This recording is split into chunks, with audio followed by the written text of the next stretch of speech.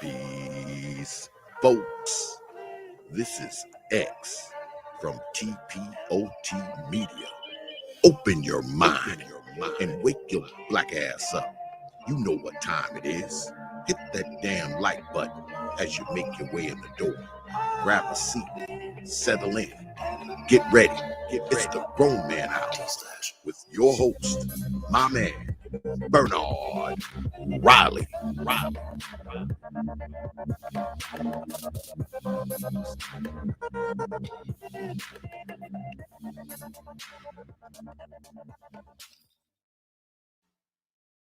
Something special happened today. I got green lights all the way, with no big red sign to stop me, no traffic jam delay. See, I was driving over the moon in my big hot air balloon, floating high into the darkness.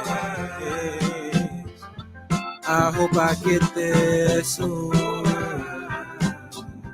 There's so many things to do, so many people I need to talk to, and they've all been waiting for me. Well, I gotta make it through. Something special happened today. I got green lights all the way, with no big red sign to stop me, no traffic jam delay. Thank my stars for every green. You have no idea what it means. No, no. To a man who's always traveling, who's seen the things that I've seen. I don't know what's yet to come. Not sure of anything that I've done really makes that much a difference. Well, I hope it has for some. Something special happened today. I got green lights all the way, with no big red sign to stop me, no traffic jam delay. Well, I was driving over the moon in my big hot air balloon, floating high up in the darkness. I promise that I'll make it to you very soon. Something special happened today. What's up, good people? Back in the building, back at it again. Back up and at it in the morning. Y'all know I did a late show last night. The preparation for this show was a little shaky, because, you know, when I got off the air at about midnight, probably got to bed at about 1, had to wake up early, get the kids ready. But not going on the air was not an option. I got a report for duty. God damn it. So I'm here. I'd like to welcome everybody in the building today. Once again, we are back. Welcome to the Grown Man Hour with your host, Bernard Riley. We had a great show last night. That last night show was epic. One, it was a good conversation. Me and Zero was talking about walking away from Keisha, which, no, not going to happen. Never. No, just playing. But he was talking about walking away from Keisha, and then we got into all kinds of shit. And that something that he did on his show that I missed. I haven't been really watching Zero's content lately, so I'm like probably 6 or so streams behind. So one day I'm just gonna, I don't know, probably when I'm take a road trip and I gotta drive somewhere, I'm just put on some Zero and let it rock. get caught up because Zero be doing some good stuff over there. I try to, as much as reasonably possible, promote. Why do I keep getting something's not right here? Second time that happened. It's like, I don't know if it's my beard. I keep getting hair in my mouth. I just be telling y'all all my little weird shit that I go through. I don't know how the second time that happened on the air where it looked like I had some hair in my mouth. Gotta keep this beard a little cleaner or something. I don't know. But yeah, that he called it the high value man pie chart. I forgot what he called it. He tried to scientifically determine if you were high value. It was epic. It was epic. Changed my life. Changed my life. It did. It did. It really did. Shout out to Aaron B in the building. Seed of God in the building. Emin Perry says we are holding ourselves back. We're going to get into that. Do want to have a good discussion about that, because that's mostly where I'm at with it, just to keep it real. To show my cars right out the gate. That's mostly where I'm at with it. Absolutely. Al Boogie in the building. What's going on? Nigga, I ain't done listening to last night's show. Slow your ass down, player. Nah, bruh. We keeping it moving, keeping it charging forward, onward, Christian soldier. All go, no quit. All go, no quit. I like doing that 2 a day. It was fun. Won't be an everyday thing. Shout out to Angry Man who goes on twice a day, every day, damn near. I ain't got it in me like that, but it's in the cards. I mean, ideally, I'd like to do that at least twice a week. Ideally. Lone Revolver in the building. What's going on? Salute to you. Black Wolf Inc. says, open your mind and wake your black ass up. Damn, I burped on the end of that. Sorry. Open your mind and wake your black ass up. Aaron B in the building. Something special happened today. Okay, that says Roll.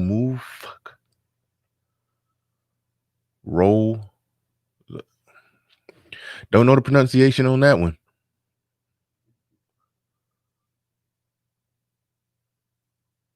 No. Nope. Don't know what that. Don't know the pronunciation, but he says what's good, chat. Aaron B back at it. The Mac, the trucker in the building, says salute Bernard. So many recent shows I can keep up. Keep it up, Bernard. Yeah, I'm trying. I'm trying to keep it rolling.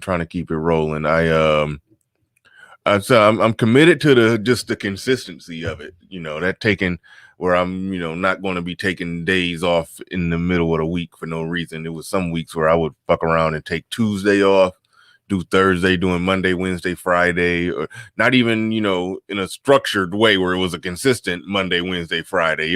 One week it might be Monday off, the next week it might be Tuesday off, the next week it might be a random ass Thursday off.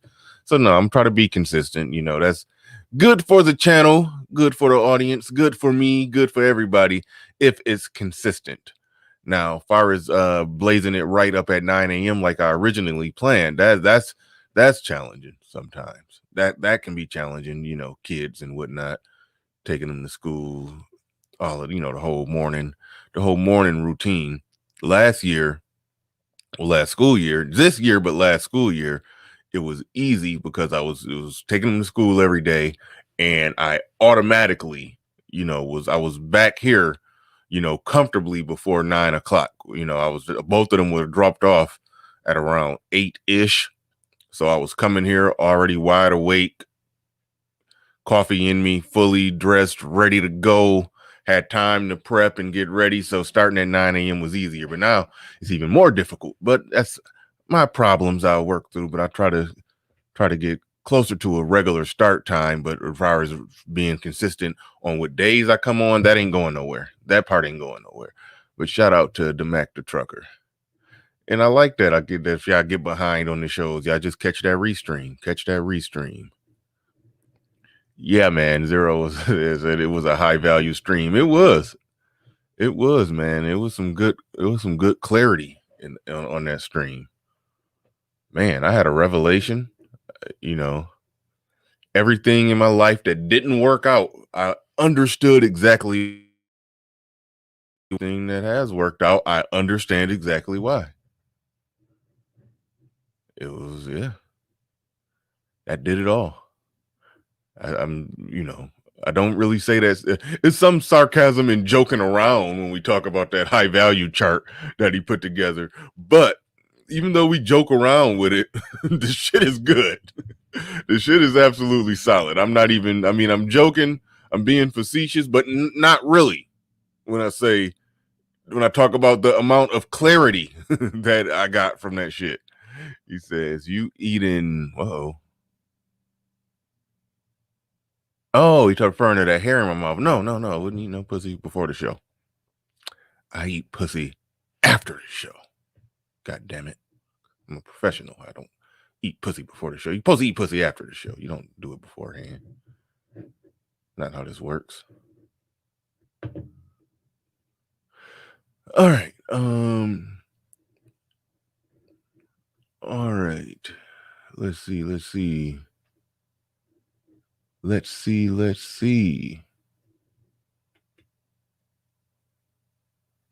Stop holding these messages. What?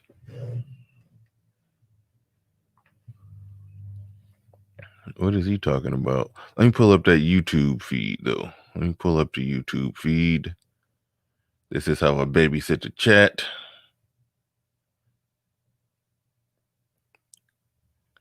82 people in here. Hit the like button. Let people know we in here. I come in on abruptly sometimes. I don't even got the don't even have the stream, sit there like the one I did with Zero. It sat there for like 6 hours. I think I set it up at like 4 or so. We came on at 9.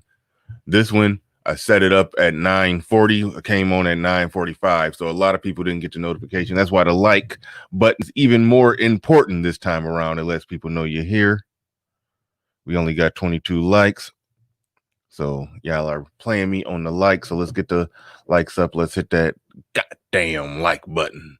Like X says in the intro, Black Wolf in the building. He says, Captain Trump 2020, baby, Shazam. Yeah, that's what most people in the manosphere, except the good esteemed brother Black Torch, he is not Trump 2020. He's voting not for Biden. He's voting for Kamala. God damn it. It's all about Kamala. We need strong, blackish female leadership who has the black male vote on lockdown. Boom, boom, ping.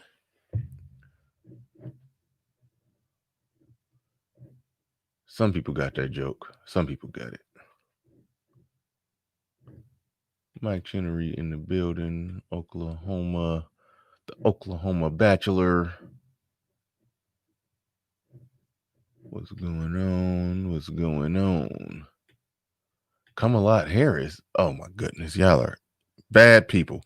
I start off every show saying, what's up, good people? And then y'all prove to be bad people every day. Every day y'all prove me wrong. Perfect Blackness in the building. He says, I'm not Trump 2020, but I'm not Biden Harris either. Who you writing in? We got to get a good write-in candidate that all black people need to get in on code and write in Flavor Flav or somebody just to make a point. That would let them know that we're participating in the process.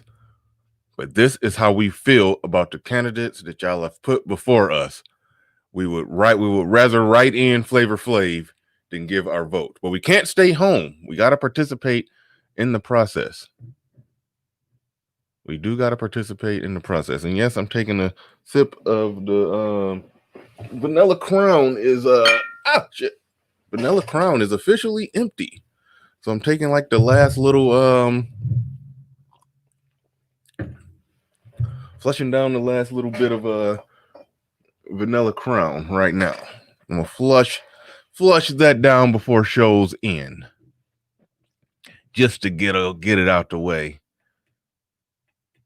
and go pick up some stuff. I want to pick up what do I want to grab? I don't know what I want to grab. A different drink, and I want something else going on in the background here.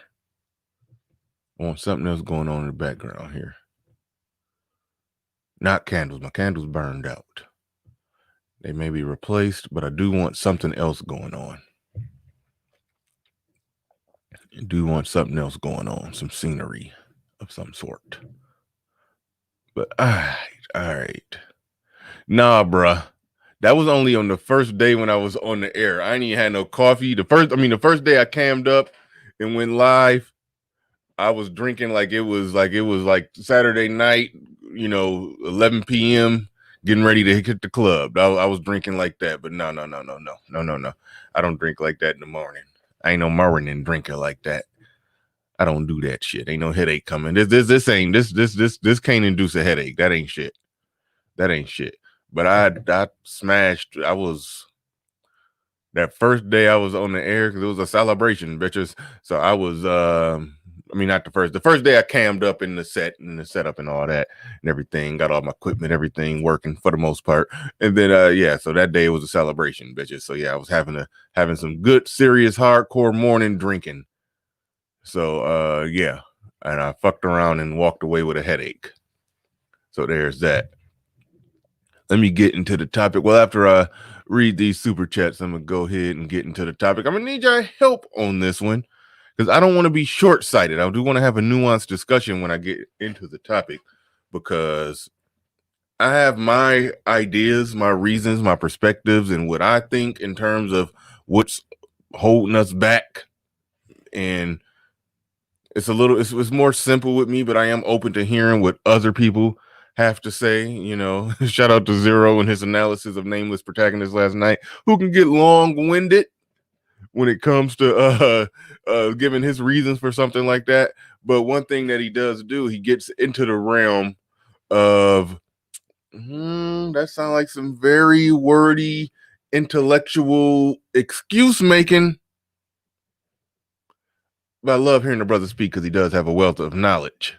So I love hearing him speak. But Zero kind of not roasted him. You ain't roasting. You pointed out some stuff, pointed out some things. But it was interesting about intersectionality and all of that. But anyway, he said, salute Bernie. After the election, the next movement is for stateside Black manosphere to start formal think tanks with action plans. Shout out to Complex Mike V, Kid, Black Brain Trust for leading the charge. Yes. Absolutely. No, yeah. The Black Brain Trust don't get a 16th of the of the spec they deserve. We got to put more spec on their name because they definitely doing good work. Zero back in the building. He says, why not look at each candidate current policies outside of Black agenda? I don't understand. That's you said look at current candidates' policies outside of Black agenda. No. Because there is no Black agenda that isn't led by Black men. From there, you can vote either lesser devil or interest. Yeah, no, okay. I was about to joke around. I was about to troll your comment, your super chat. But I hear what you're saying. I'm not going to troll it. Is why not look at each candidate current policies outside of their Black agenda? I think that's what a lot of us do. I think that's more or less what led me to say, hey, voting Trump. I mean, I'm through with the Democrats for various reasons, but I just think the policies that don't help Black men, but just they help Black women, and it ain't even about just I don't like them bitches. It's about Black men do better. Everybody does better. As I've said plenty of times, black man doing better. He's gonna, take care of himself and somebody else. So that's how you end up with black children being in a better place. Versus black women do better than black men, which they don't. They get more shit, but they're not doing better than black men. That's something that I would definitely argue. I'll fight anybody on that one. But I don't see where in the data that they actually, truly where it counts doing better than black men. Well, okay, it's in some areas, but whatever. I mean, but yeah, black women doing better. They off on the corner by themselves. They, don't need no man. Either they strong, independent, don't need no man, or they on welfare and live a life that doesn't necessarily require a man. They can work part-time, make barely minimum wage, or look, and no such thing as barely minimum wage, but they can work part-time, make minimum wage, and welfare subsidize the rest, and just keep getting pregnant by random community semen serial impregnators, and that doesn't purport well for black families. And if you don't got black families, you got black boys not being raised right, thus engaging in actions that's holding themselves back. So that brings me to the question of who's holding us back. Yeah, in a way, it's the culture. I think the culture trumps over everything. But I wasn't here just to do a monologue, just a monologue on that, because I've done that before. I want to pull up a video. A study that came out 2 years ago. And this was an interesting study that I got to dig up that I should have had ready to go. Thanks, Zero, for the super chat and your input. And when I open it up, hopefully you're available. But let me pull up... Let me pull up this, where is it at? There it is. Preemptively saying fair use. Pulling up something from Young Turks. Something that Young Turks did. Well, it's not necessarily there. It's not their original. I mean, it's their original video. But the study that they were looking at is not their original creation. They probably remember it. I mean, some of y'all probably remember it. It was an interesting study with some interesting things put in there. That would be a good springboard for a good conversation between the fellas. Goddamn, coronavirus. All right. Okay, Zero's back at it again. It says, you have to weaponize whatever you have. If we're fighting for anything, where is our weapon? We can weaponize our vote. Also get a local base. Cool. So you're saying vote for all black people should just write in Flavor Flav. Oh, well, let me ask you this question. Do you think black men are, even though it could be done better, shout out to David Carroll. He talked about how, the black men going Republican are missing the mark on a few things. I get it. But do you think a vote is being weaponized if black men vote Republican at 35%? That's a sea change. That's an epic paradigm shift in this country and in the black community, in my opinion. If black men vote Republican at that level, I think that is a weaponized vote. Wouldn't you agree? That's a weaponized vote.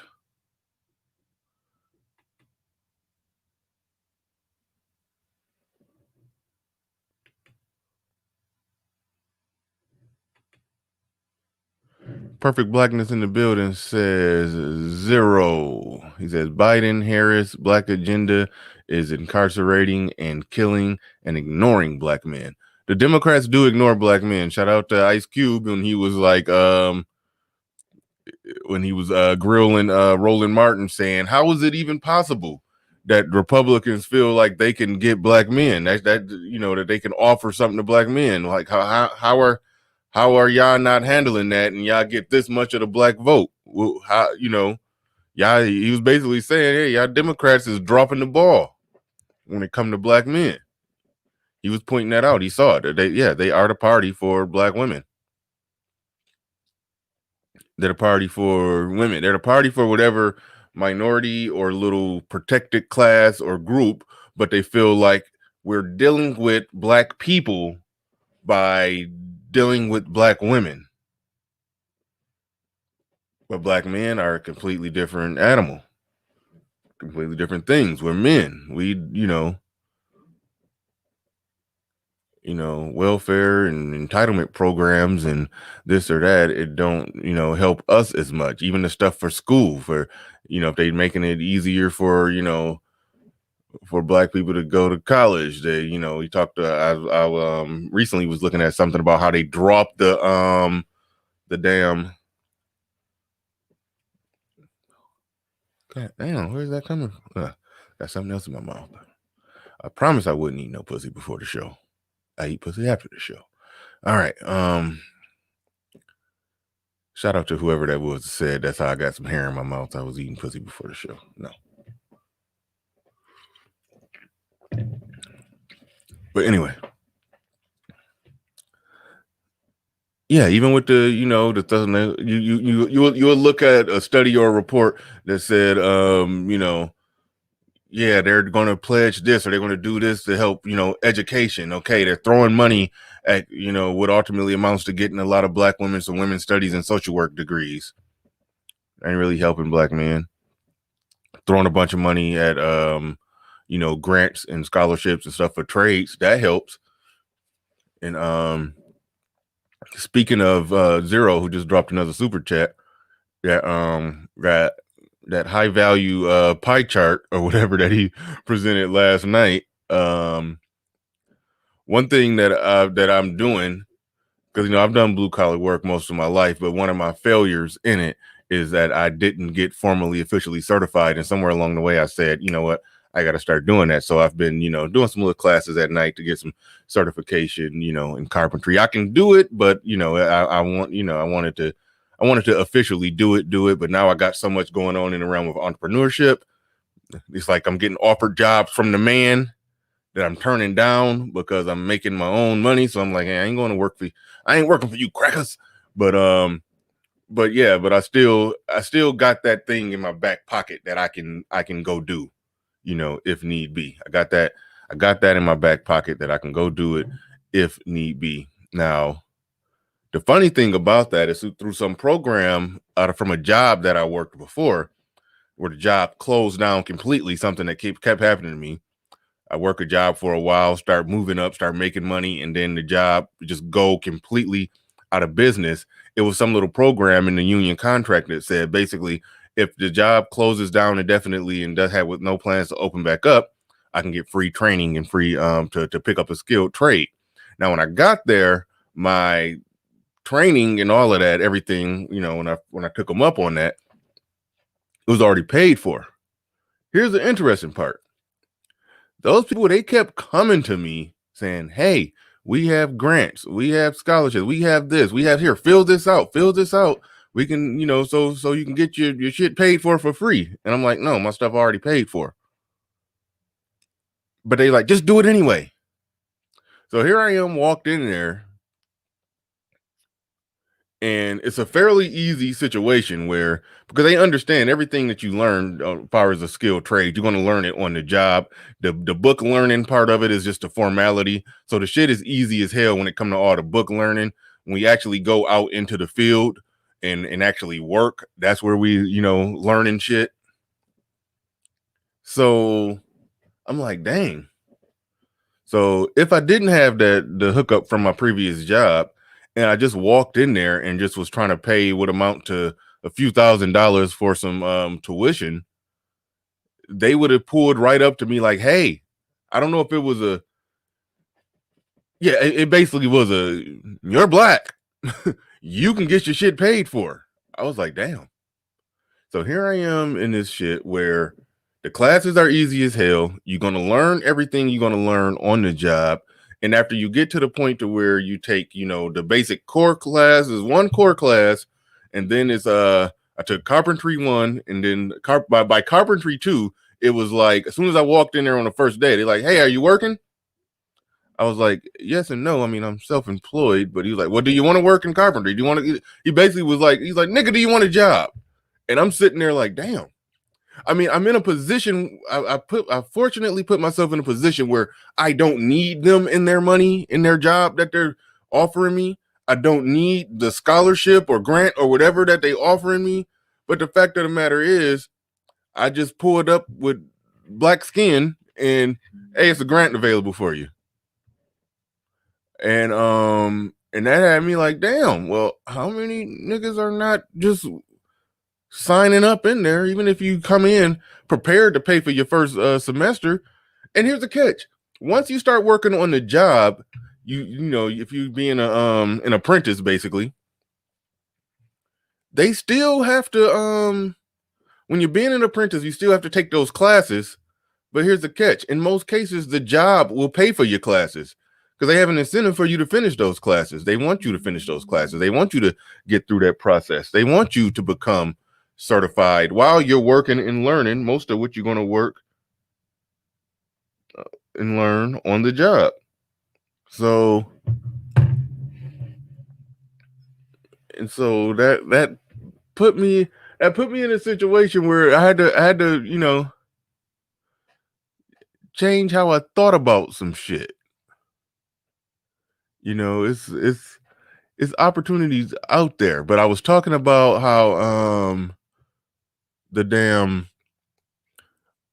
how them throwing money at education at these universities is like, but they throw the money at trade schools that makes it, easier for black men, even if you ain't got no money, even if you coming out of poverty, but you got a halfway decent head on your shoulders, make it easier for them to get the money to get their schooling paid for. In trade school, once you get a few classes under your belt, somebody damn near hire you. I experienced it firsthand. I can be working for them right now. Still be plotting on doing it, but I'm like, I got enough going self-employment wise to where I don't want to feel like I'll be going backwards, even though it'd be a good opportunity. But putting money there would help black men. It would. Education, colleges, universities, that's more stuff that'll help black women. But it is worth pointing out that if I walked in and had that happen, I know a lot of black men can just walk in and have that happen. What makes you say that, it's already there? Are we not seizing it? But I got sidetracked. Perfect Blackness, I think I already read this. He said Biden Harris Black agenda is incarcerated. Yeah, I already read that. Thanks, Perfect Blackness, for that. Zero may have responded to that. I'm not sure. He said, yes, a sea change in weaponization because it shows that we're looking at interest over routine. Yeah. Yep. Good. Well said. You summed up something I was trying to say in less words. So salute to you for that. Good man in the building. Says incarceration of Black and Latinos are down in record numbers under Trump. Actual fact. I can't understand voting against Orange Man. Wrong. You're absolutely wrong. All right. But no, I think no shit. No, I think you are accurate on those stats.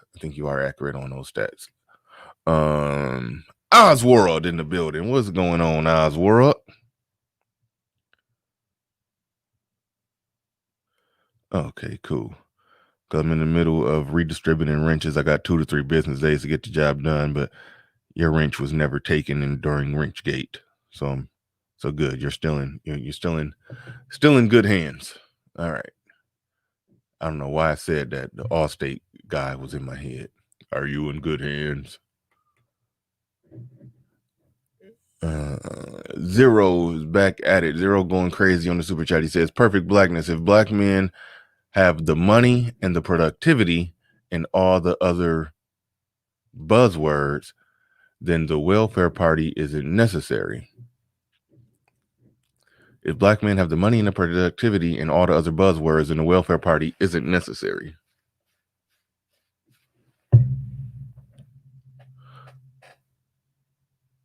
The welfare party is not necessary. I think we all agree on, well, most of us agree on that. I don't know what you mean by buzzwords. If black men have the money and productivity and all the other buzzwords, then the welfare party is not necessary. The Platinum Plan is Trump's black agenda. Yeah.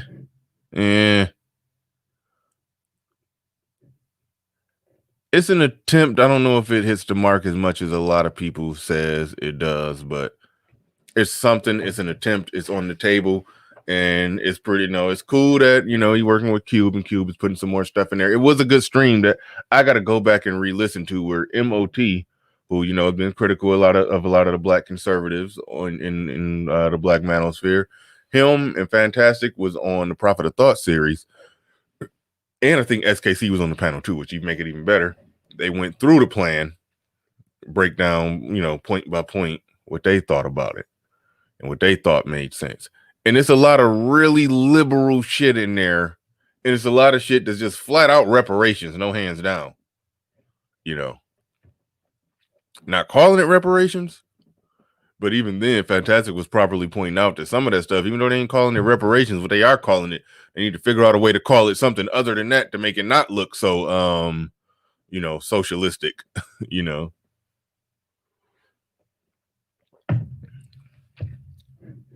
But yeah, I don't know how much the Platinum Plan hits the mark, but I mean, it's something. Even if I go through a lot of the tenets of the contract with Black America and some aspects of it, I'm like, I don't know about that.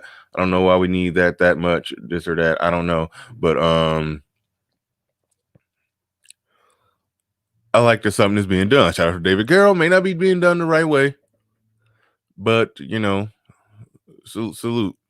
It's I like that he's doing something. If Trump is going to put forward some type of platinum plan, if that platinum plan is supposed to be for us, because the whole minority people of color thing gets smuggled in there, and then not even smuggled in there, put on the dais, and then black people's benefit gets smuggled in.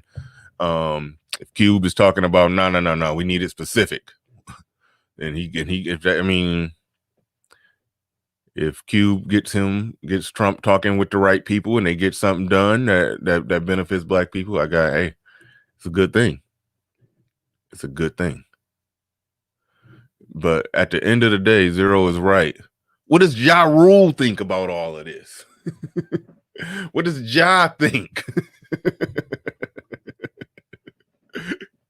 Hey, that's what I said when White Boy Gate or whatever we called it, when the white guy crashed Fantastic's show and said the shit about the IQ. I might even talk about the IQ thing later today, or what I'm about to get into. When the white boy crashed that shit, I was like, okay, only person need to be really talking is Zero or Game Changer. That was my initial reaction. But it was 10 niggas on the panel, and everybody who didn't have something to say that mattered, just wanted to just blah blah blah blah, just blurt out, and fucking Platinum Elite start trying to respond to it, and I was just like, man, come on, like this. It was that moment where when I was listening to Platinum, I was like, oh, this is like that. Well, what does Ja Rule got to say about this? I was like, no, let Zero talk, let him talk. But no, it was like we got the Ja Rule response to the white dude that said the shit about race and IQ. I was like, no, come on.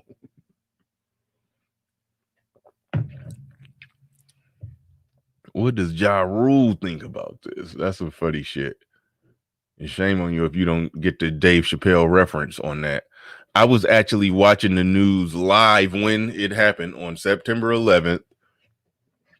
and they were trying to analyze it and process it. And like, that wasn't a made up joke by Dave Chappelle. They literally did get Ja Rule on the line to talk about it after the towers got attacked. That actually happened. I actually saw it, and I was sitting there just in the shock of, holy shit, they flying planes into the towers? Is they like, god damn. And then did they just get a mic to Ja Rule? Like, that literally happened. It wasn't just a Dave Chappelle joke. That literally happened. What does Ja Rule think about this? I actually saw it. But no, the sweet spot diagram should be a part of the black man plan. Y'all had me crying last night. Yeah, man. Yeah, no, that shit was legit. That shit was legit. I will be referencing that, in life decisions. Yeah. I mean, flat out. I'm not even joking. That thing is legit. That thing is legit. But all right, Eagle Eyes, thank you for the super chat. Appreciate that. All right, I do want to get into what I set out to get into. Hopefully it's still there available. I didn't lose it. Thank y'all for all those super chats. Y'all definitely coming through. Appreciate it. Okay, let me lean in because that shit is small. I think that's it. And there. All right.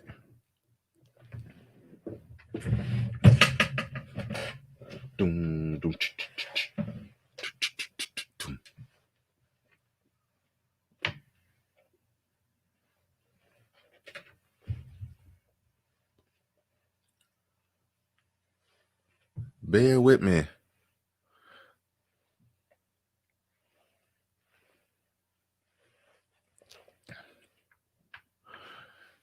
This was for 2 years ago. I wasn't making content at the time that this dropped, but I remember it was interesting, and people in the Black Manosphere didn't touch on it too much. But I'll touch on it right now. It's pretty interesting. That ain't how I want that to look, though.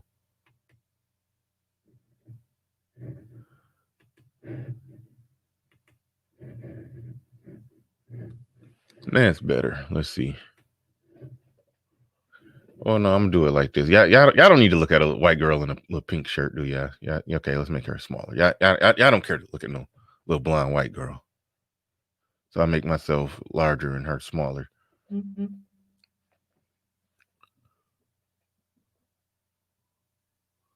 Or do y'all want the white girl bigger and me smaller? Which one y'all want?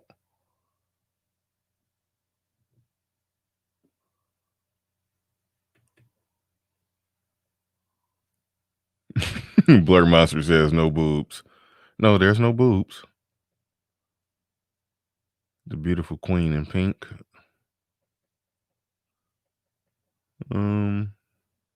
Yeah. Okay, so we're gonna keep it like this then, because I didn't hear anything from the audience. Nobody requested to enlarge the white girl, the blonde white girl. So y'all would rather see me than her. Okay, great. All right.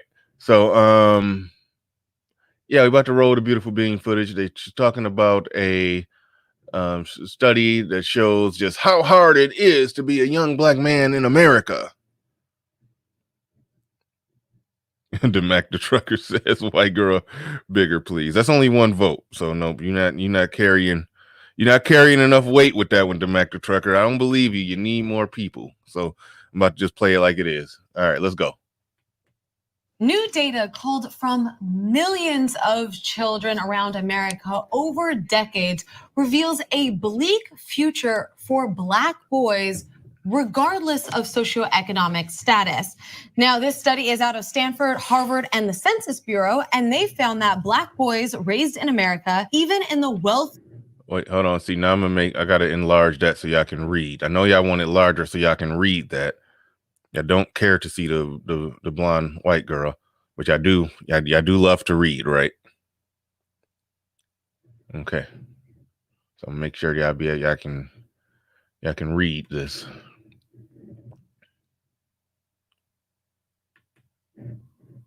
Stanford, Harvard, and the Census Bureau, and they found that Black boys raised in America, even in the wealthiest families and living in some of the most well-to-do neighborhoods, still earn less in adulthood than white boys with similar backgrounds. And this is according to this new study that I talked about that traced the lives of these millions of children. Now, what's interesting is that Black men consistently earn less than white men, regardless of whether they're raised poor or rich, but no such income gap exists between Black and white women raised in similar households. Now, for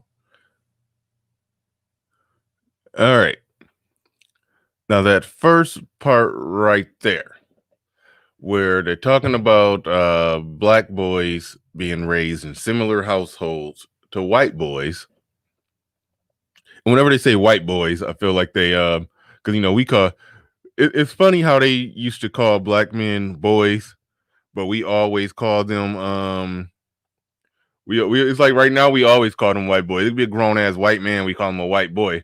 So right now, whenever she say white boys, I feel like she's talking slang. I don't know. But anyway, it says for poor children, the pattern is reverse. Most poor Black boys will remain poor as adults. White boys raised in poor families fare better. Wait, hold on. That's not the play. Black men consistently earn less than white men, regardless of whether they're raised poor or rich. No such income gap exists between Black and white women raised in similar households. What are they missing here in this part right here where they say no such income gap exists between Black and white women raised in similar households? What are they neglecting to acknowledge right there? Let me see if anybody catches it.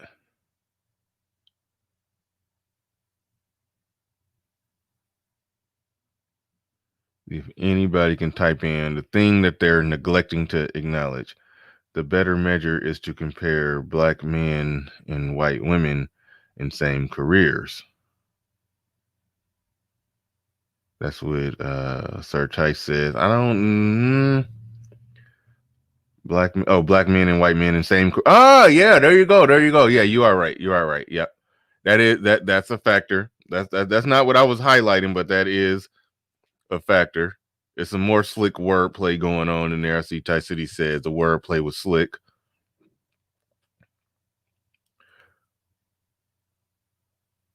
The thing that they're missing right here, where they say no such income gap exists between Black and white women raised in similar households.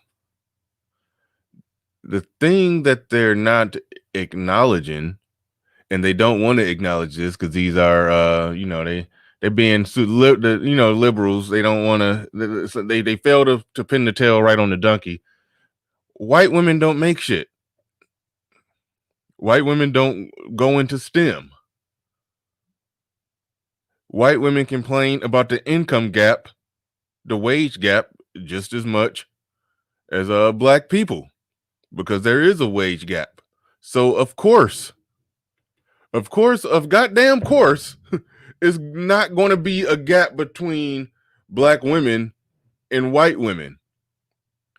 But it's obviously going to be a gap between Black men and white men. You could just look at STEM degrees and see why. You can just look at the amount of STEM degrees, the amount of white doctors, lawyers, and engineers. Like you could look at that and see why it's a gap. White women don't go into that shit, so they down.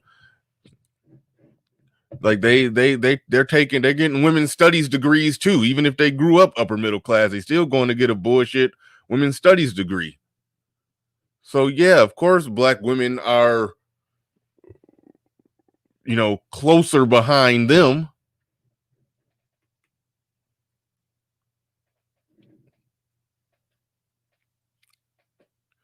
Zero says no income gap exists with women because they all get feminism welfare money. They don't need the same jobs as men. And that's another factor in the equation why it's some fuckery to say black boys born in a middle or upper middle class area don't end up making much money as white men born in middle or upper middle class areas. It's a gap there, and there's reasons for that gap, but it's like they're saying, but why isn't there a gap between black women and white women? The implication that they're trying to imply there is that I'm gonna play the tape to get more to where somebody said black women time travel like a spa date. What the hell? They cynic man says they don't want smoke with calculus 1 through 5.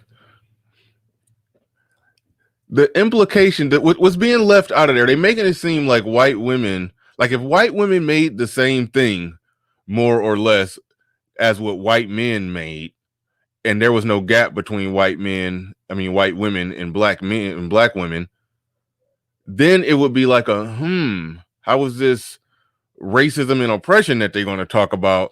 Why is it not affecting black women, but it's affecting black men? But they are leaving out of the equation that white women ain't making shit.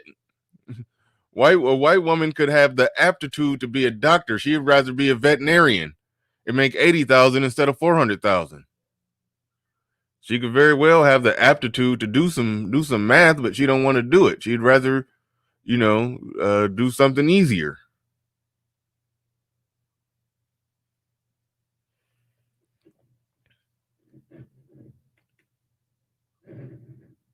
Red sings the blues. I've been watching you, Mr. Riley. I love to do a one-on-one with you collab sometimes. Send me an email. We'll talk about it. We'll talk.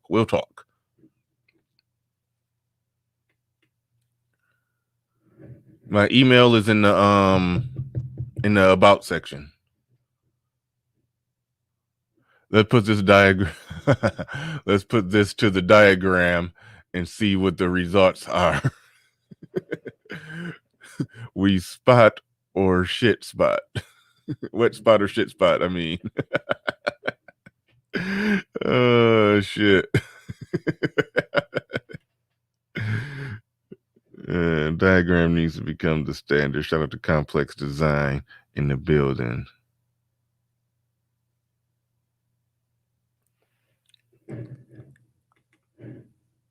Let's roll some more bean footage.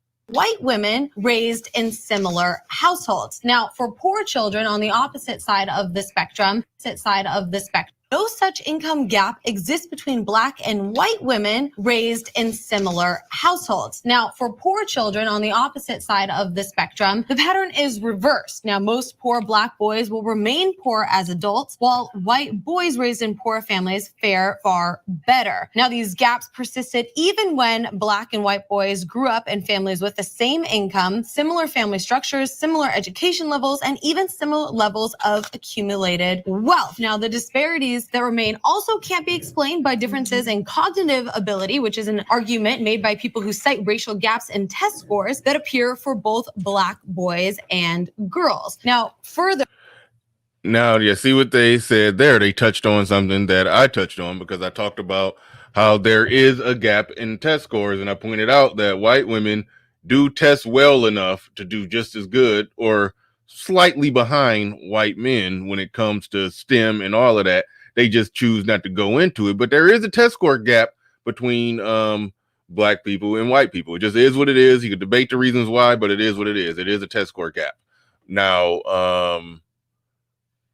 seeing as white men are testing better and they're going full speed ahead to try to to get into those fields, because if you don't test well enough to be an engineer, but let's say they affirmative action your ass in there, you're more than likely going to fail out of it. There's data that shows that.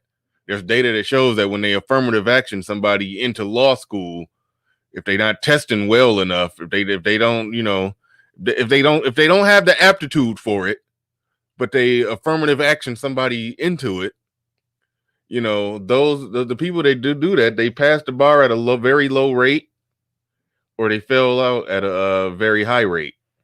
Some of them do make it through, though. Some of them do make it through. But it really falls right. God damn it.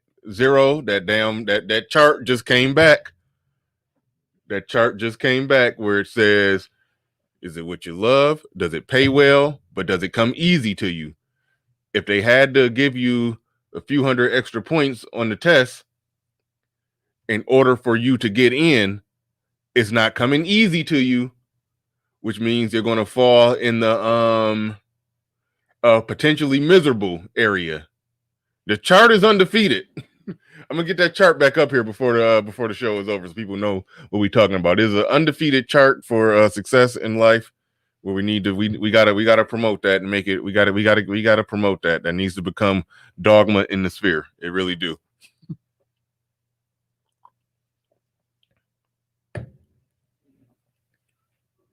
Oh man, that chart is undefeated. Complex is undefeated, man. Thank you for thank you for gracing us with that. Well, Zero the one that graced us with it, but yeah, you brought it up on my show, so that I will give you the thanks for that. You zero sat here for 2 hours and didn't even mention it. Just sitting on the Holy Grail and didn't even try to, and didn't even try to see if I wanted to partake. God damn it. Well, we got it. I see you. You said you sent the email. Red sings the blues. Cool. So, put a link in the email if you didn't, to your YouTube channel, so I can check that out too. But yeah, where was I at? They said the disparities that remain also can be explained by the differences in cognitive ability. They said it can't be explained by differences in cognitive ability. An argument made by people who cite racial gaps in test scores. Keep in mind, when I say that, I'm not even dealing with the IQ or trying to say that white people are just genetically smarter than black people. I'm only talking about test scores. Like I said, you can have debate the reasons and outcomes. I'm divided when people talk about the reasons why there's this gap here, this gap there. I'm divided on some of that shit, agree with some of it. It's a shit storm. It's no easy answers on that. So yeah, there's no exact easy answers on that. But that test score gap is a thing. But it's like, how are intelligent people looking at this? And one, you're acknowledging that there's a test score gap. If you acknowledge that there's a test score gap, then you know exactly why white men are performing or making more money when all is said and done, or they're going into fields, career fields, being educated in career fields that pay more money. So it turns into an easy thing. You can see why they're making more money, but the spin move that they're doing is they're saying, well, why isn't the same thing preventing black women from performing at the same level of their counterparts that is white women? Well, because the white women are not going into STEM. They're not trying to be doctors. They're not trying to be engineers. They're not trying to be none of that shit. So their income is low.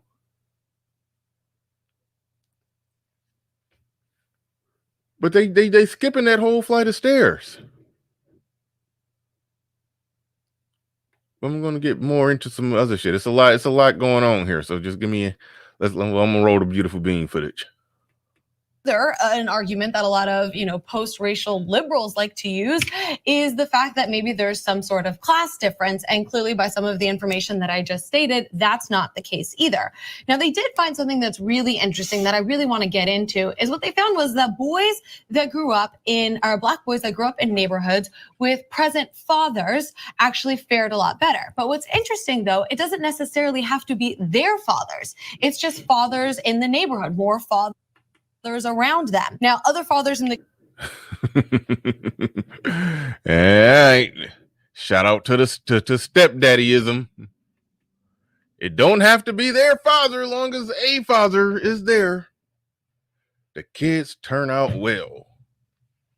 Shout out to all the wonderful stepdaddies of America, of Black America, of which I was one of them. Damn.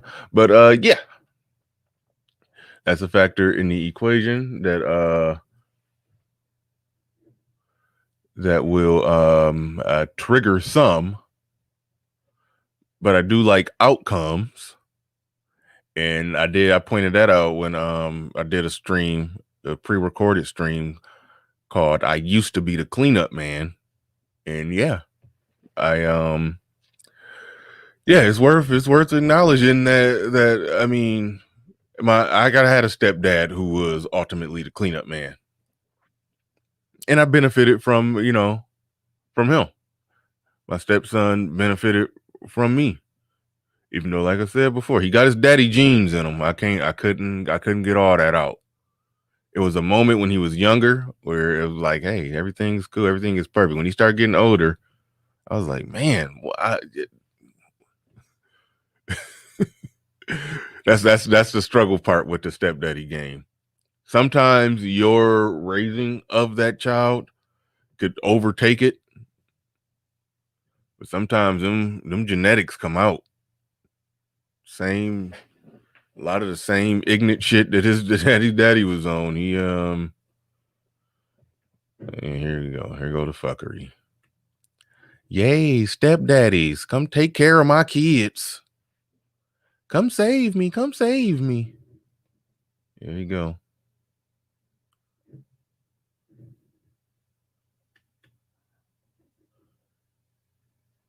Just celebrating stepdaddies.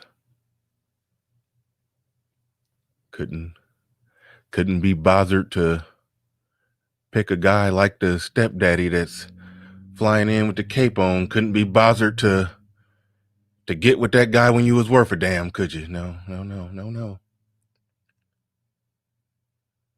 Over 30, over 40, overweight, bunch of kids by a bunch of men. Now you know exactly what a good black man look like, don't you? Don't you? But they all looked the same when you was 24, didn't they? They all looked the same. They all looked the same back then, but you knew how to sort them out just right. Knew how to sort them out just right post-war. Anyway. Cloud of fuckery just hovering over the show right now. I apologize. I didn't mean to click on her.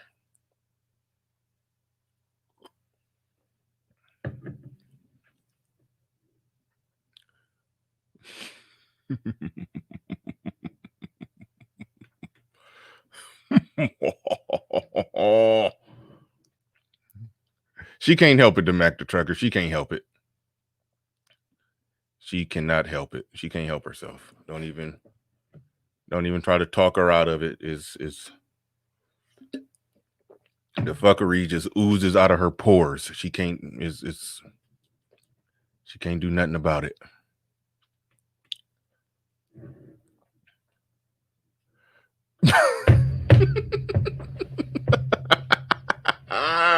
He says stepdaddy won't fare well on the diagram. You might be right. I'm about to write that down. We got to put stepdaddy in on the diagram. See, I'll be taking notes during the show. Be having my little notes right here. We got to put stepdaddy on the diagram. Well, we will always revisit that diagram. Stick around if you don't know what the diagram is.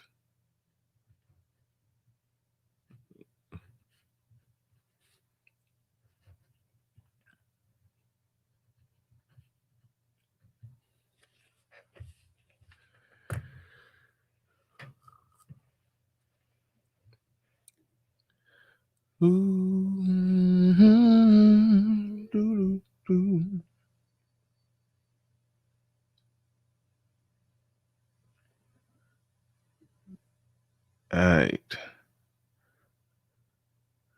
right.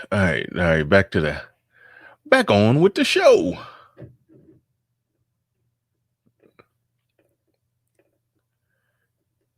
Okay, good. I must have poured water on the Wicked Witch of the West. Sister George ain't came back since I acknowledged her. I was sitting there watching, waiting for her to respond. I'm like, I got ready. Yeah, that's how you pour water on the Wicked Witch of the West. You get she gone. She ain't coming back.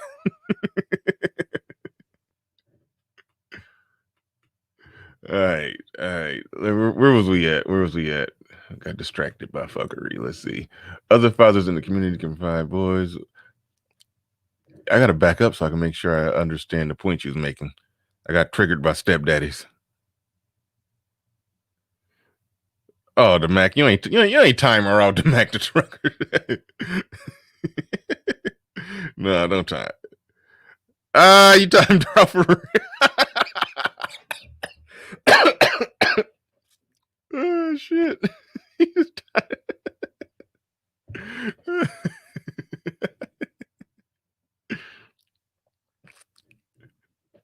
That's good. Time her out while I'm roasting her, and then by the time she come back, I'm gonna ignore it when she try to come back 5 minutes later with a response. That's how we gonna do things around here. Excuse me.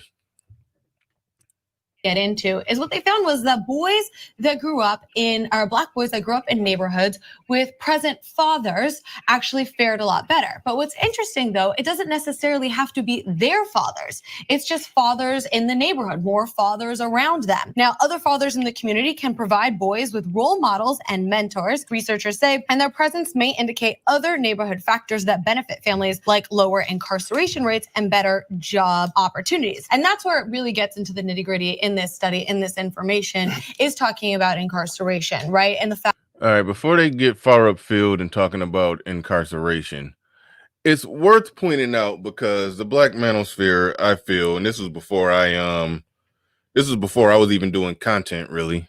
If I was doing content back then, I was, just an occasional video once or twice a month, pre-recorded 8-minute video once or twice a month.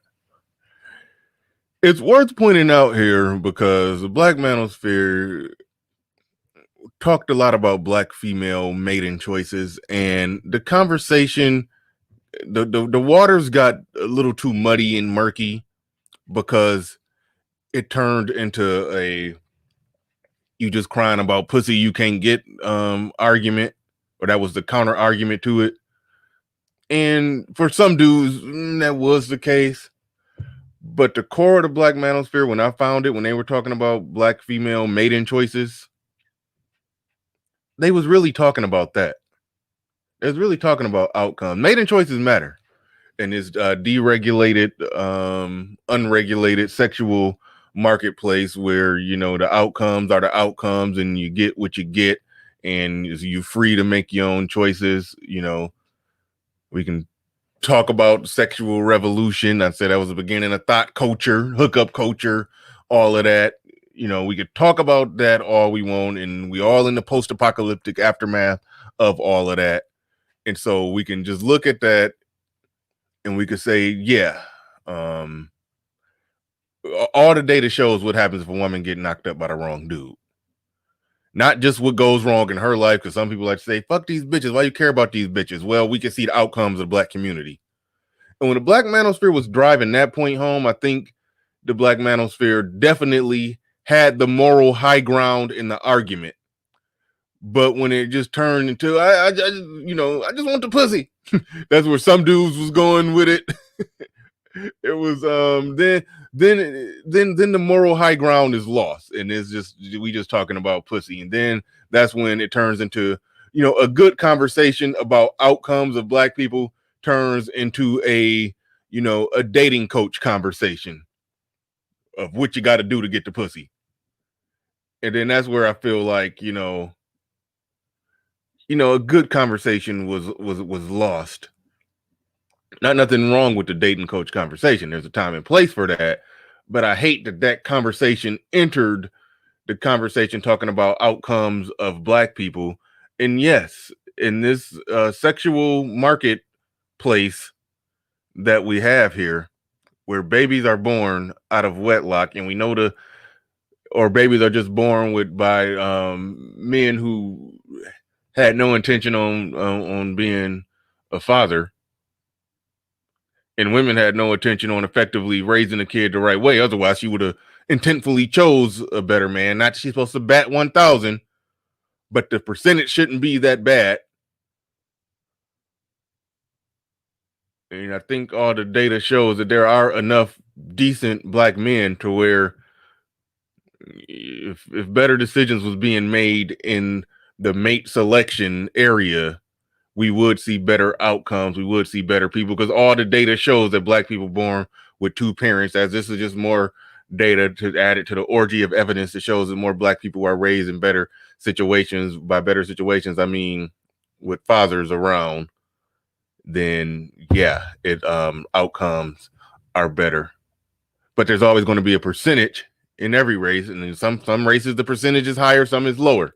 If our percentage of men that ain't shit, that ain't trying to raise their kids, if our percentage is higher in that regard, then yeah, black women do have a harder job than, let's just say, white women when it comes to picking the right mate. But we know a white guy can fuck up too. I mean, a white woman can fuck up too and get knocked up by Joe Dirt. It's possible. It's possible. Jim Bob, Joe Dirt, plenty of white guys who, you know, we've talked about the history. They, you know, they was the original, you know, deadbeats who were, you know, yeah, they was getting married back in the 50s and 40s and all of that, but you know, before the laws changed to help and benefit women, I'll just say that. I don't want to get the dates wrong, but before the laws changed, was just dipping out. They was just like, peace, we out of here. We up out of here. Yeah, I was married to her for 15 years. We had 4 goddamn kids. Married her at 20. She's 35, and she kind of fat, and I don't even like these damn kids. And I'm making more money now, so yeah, I'm about to go grab me a little young something and be on my way. We you know, that used to happen, and she was just assed out. Okay, so yeah, that was some deadbeat shit.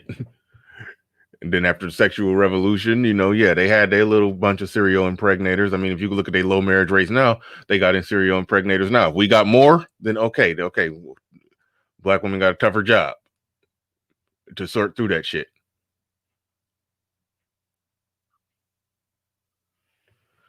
Shout out to Game Changer in the building. 20 every 20. I don't know what that means. But shout out to Game Changer in the building. But yeah, like Eric Glenn said, it's not just a black problem. It's not just a black problem. Everybody has that problem. Everybody has a cohort of dudes who just want to sling random raw dick and community semen. In this sexually free marketplace, I'm not to just put all the blame on the women, but it is incumbent upon them to not give raw sexual access to a reckless serial impregnator. I don't know how else to say that other than we need to outright change the laws, which is difficult to change it across the board. Outright change a culture, which is difficult. So right now, to go back to my stream about no agents, no agency, no accountability. They have agency in the post-apocalyptic aftermath of the world that of the sexual marketplace that women by and large created when they ran away from everything that they saying that they want now, a traditional provider male, and to not have to work. Well, they burned bras and ran away from that. They in the post-apocalyptic aftermath of those decisions, and it is what it is, and we're here right now. So yes, you have the burden. Your dad is not picking a mate for you. You have to pick your own mate. You pick wrong. It is what it is. You're not supposed to bat 1,000, but you shouldn't do as bad as you're doing as a group. But that's why the Black manosphere was in the right and had the moral high ground in the argument when they were talking about mating choices because of outcomes, not mating choices because of I ain't fucking a bad enough bitch. So I hope that's where I know we can, you know, I don't mind the mating choice conversation if we talking about that,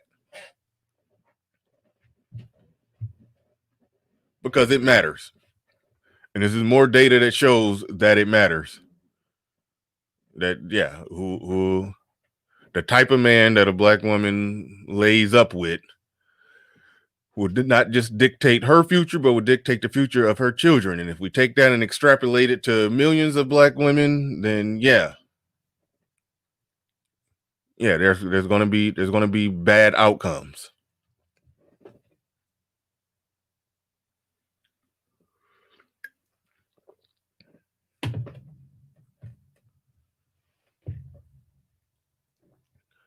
But anyway, just wanted to deal with that before they get far upfield into incarceration, because that's not my expertise when it comes to the whole incarceration thing. You know, I don't want to just shorthand it and say, hey, niggas committing crimes, they getting locked up, because there's more nuance to it than that. But yeah, when niggas commit crimes, they do get locked up. That tends to be how it works. But there are, you know, factors in the equation. There's factors in the equation. Shout out to the Joe Biden crime bill. There's factors in the equation, but that ain't really what I want to cover today. So we're gonna speed through that part. Fair use.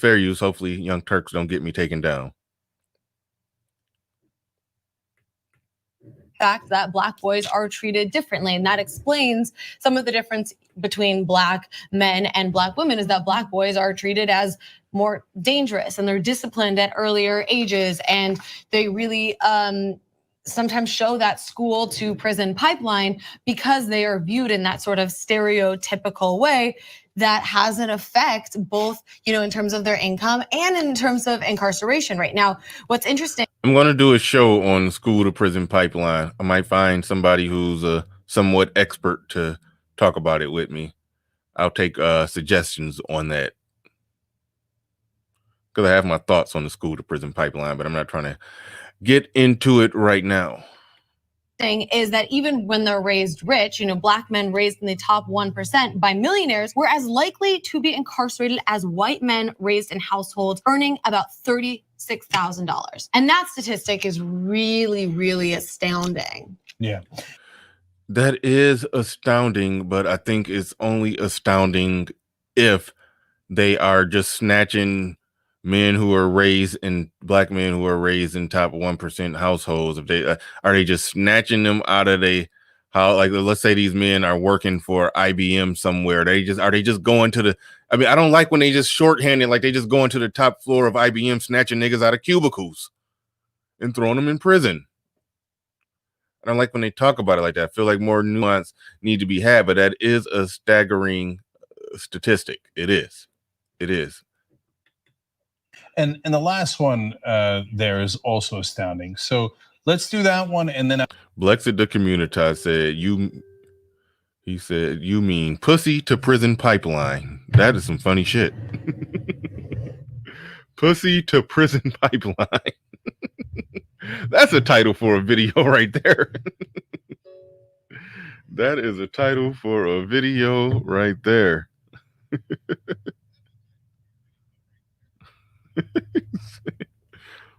Pussy to prison pipeline. Oh shit. That's some funny shit, man. That is some funny shit. I swear, every time I start the show, I'll be like, what's up, good people? And then y'all quickly prove to me that y'all are not good people. Talking about pussy to prison pipeline. St. Cloud says this is white guilt going wild. Perhaps. They got a brother on the wall, though. You see the brother right there with the dreads? They got a brother on the wall.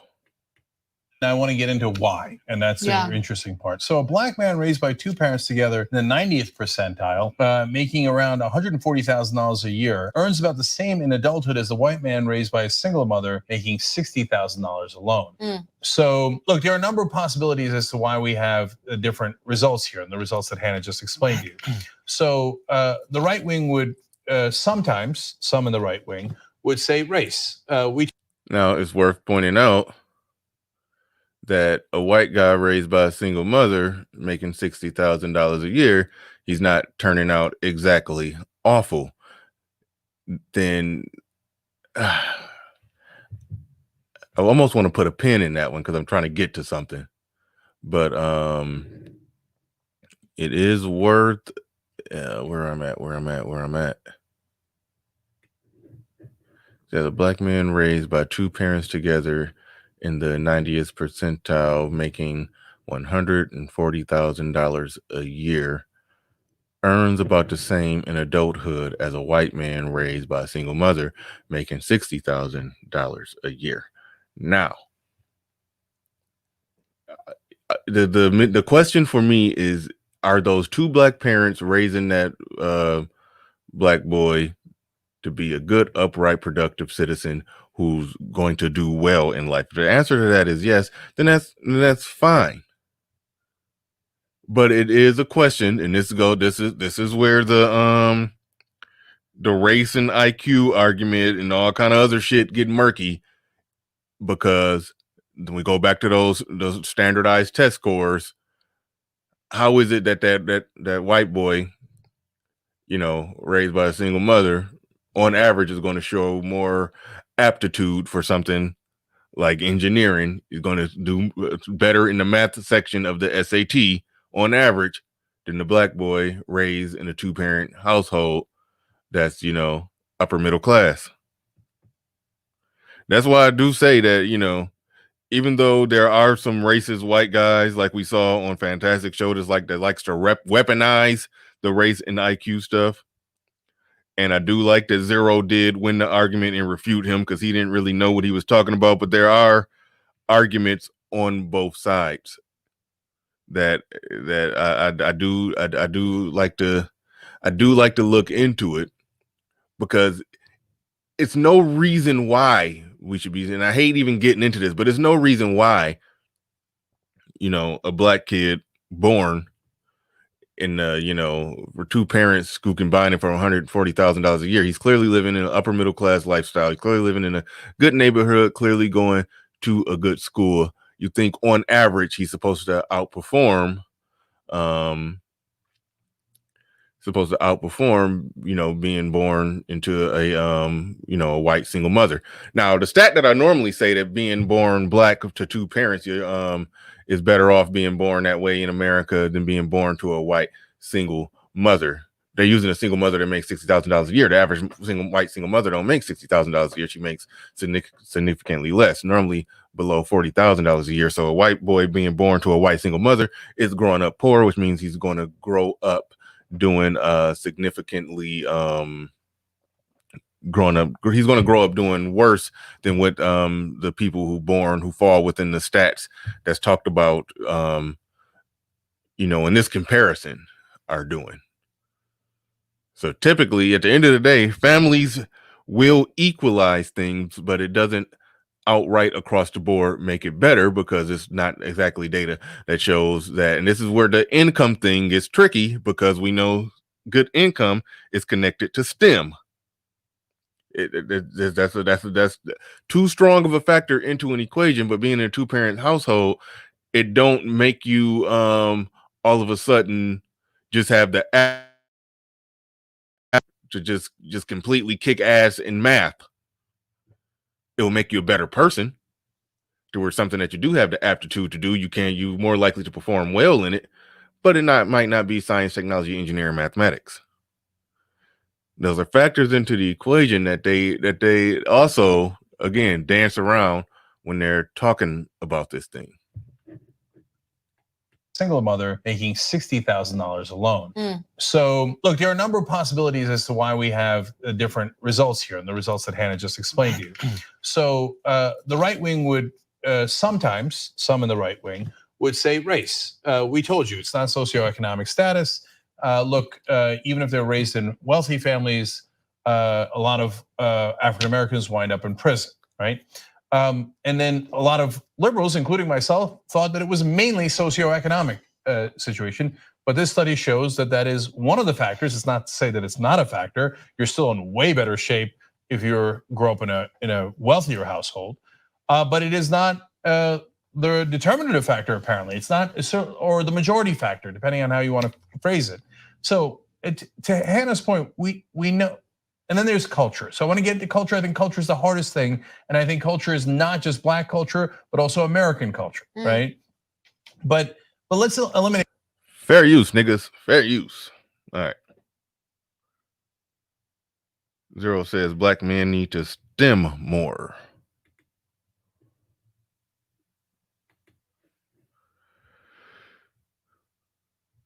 And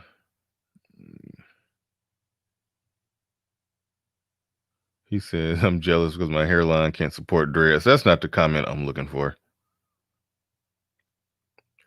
Yeah, you got to cam up and prove that. Don't cam up. We don't need to see your face because I know you're trying to be incognito. But yeah, man, just send us a picture of your hairline. We got to see it now. We're going to see what you got, like a Homer Simpson, Mr. Burns hairline going on. Or you got one of them like Sonic the Hedgehog hairlines where your shit look like a racetrack.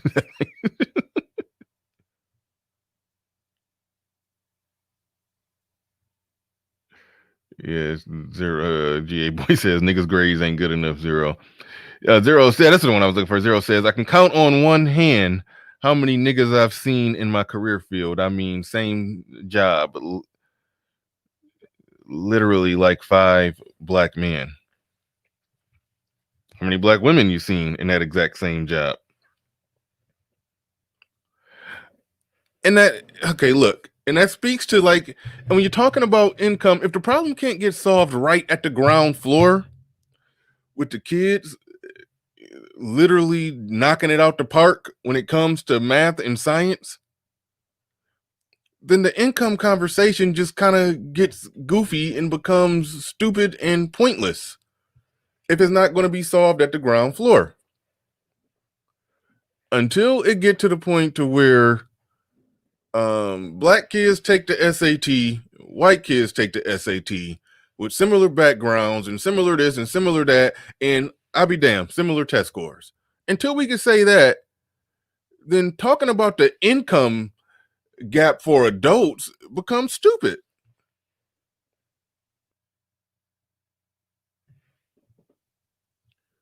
I mean, I want somebody to explain to me why I'm wrong on that. I'm open to be proven wrong on that. I'm hoping for a easier solution.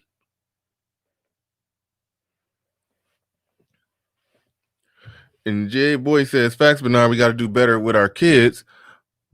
However, I mean, what a lot of these studies show that even when kids are born in a situation that is better, yes, they're going to become better people. They're going to become more productive.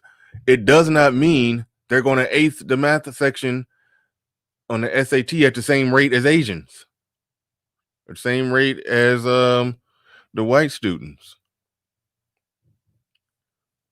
So that's a part where, you know, the title of this is what is holding us back. That's the part that, you know, that we got to figure out. Now, the spin move that they keep doing is they just looking at Black men and their performance level when they're not mentioning STEM, but the performance level when it comes to STEM compared to white and Asian men, that's the gap right there. I guarantee if you adjusted for STEM degrees and felonies, I guarantee that income gap disappear. But they're saying, oh, but Black women don't have that problem. Yeah, because white women are jogging. If white women was running like white men, then they'll blow Black women out the water because they test well in those STEM fields. They just don't want to go into them because they women and they don't want to fucking do it. So they're around 40K a year. That's the baseline. That's what Asian women, white women make, and Black women make a little less than that, and Hispanic women make even less than Black women on that. But for white women and Asian women, the test scores are there. They can kick ass in that shit if they wanted to.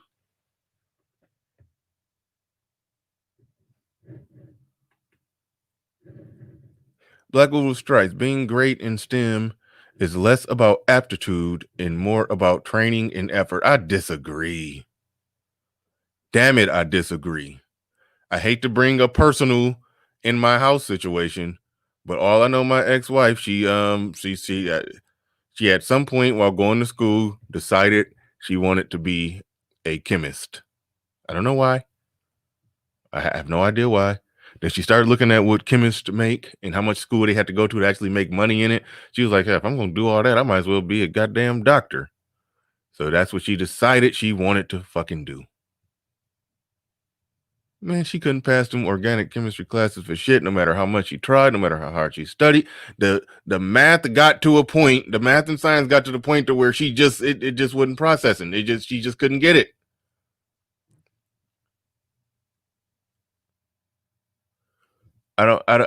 Different people. So I don't know how you could say aptitude don't got nothing to do with it. You're basically saying that anybody could be a theoretical astrophysicist. They just have to be trained right. It's like you damn near saying geniuses are made and not born. Like, no.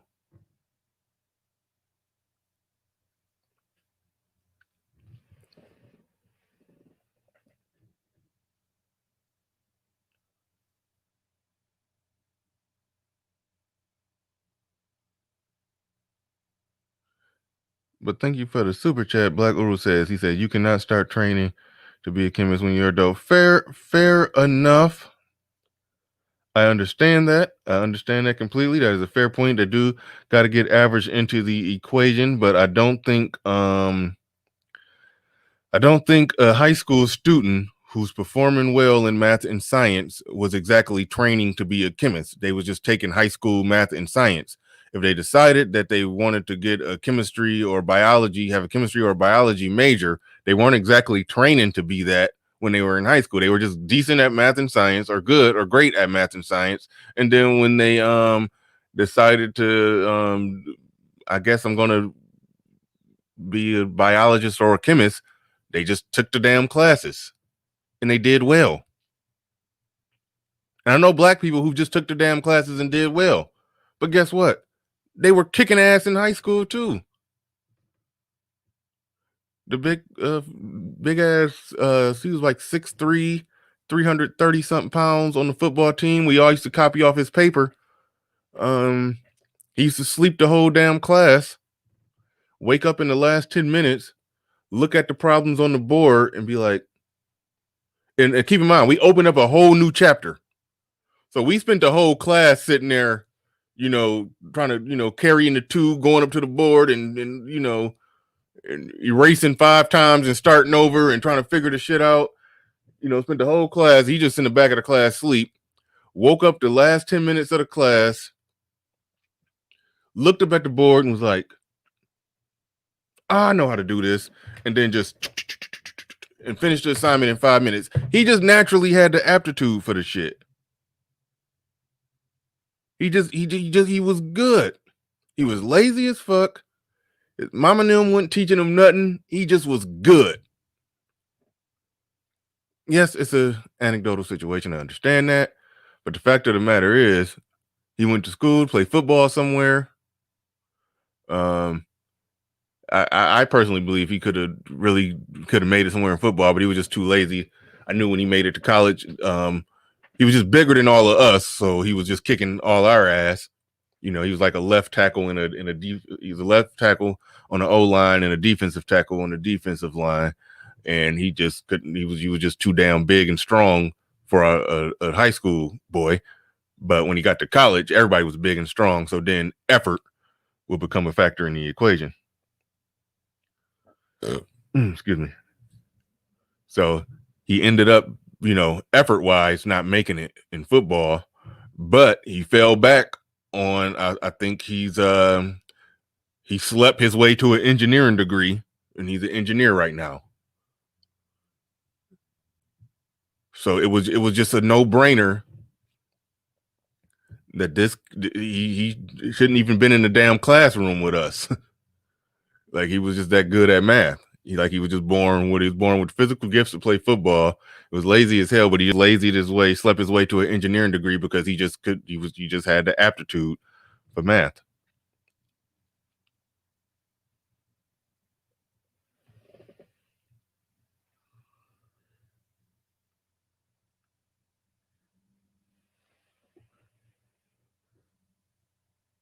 Okay, Black Uru says, Bernard, you cannot be a great chemist if you haven't achieved some level of competency in math. Okay. And you must start early in life to do that. Okay, so we should be able to find some evidence that Black kids, when started early, those that are started early end up doing well, just as well in mathematics. How early you're talking? You talking elementary school? Because if you're talking elementary school, then all you're talking about then are the kids that were smart and good at math and tested well in math, just continued to be good at math when they made it to middle school, continued to be good at math when they made it to high school. And of course, they kicked ass on the organic chemistry when they got to college. And so there's that. They could be a chemist. They can possibly be a doctor.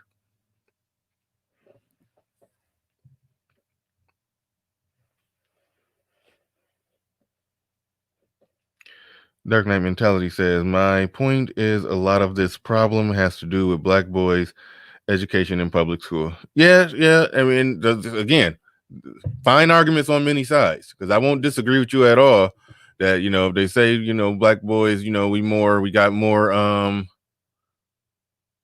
testosterone. They charging us up with being these, super aggressive, high testosterone genetic monsters. Okay, well, it's harder for them. Me and Constance Murray talked about that. It is harder for some of them to sit down and be still and learn in a traditional type of way. So yeah, maybe we do need to figure out a way to teach Black boys. But let's make it very clear, and this is where they try to do a spin move on us, and they try to make it seem like, well, Black women are just knocking it out the park educationally. No.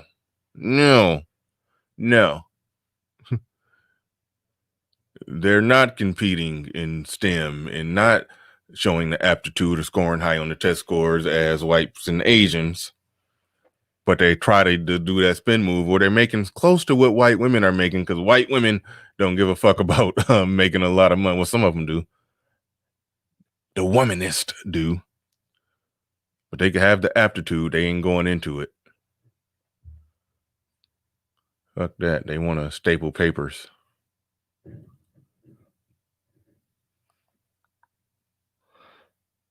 All right.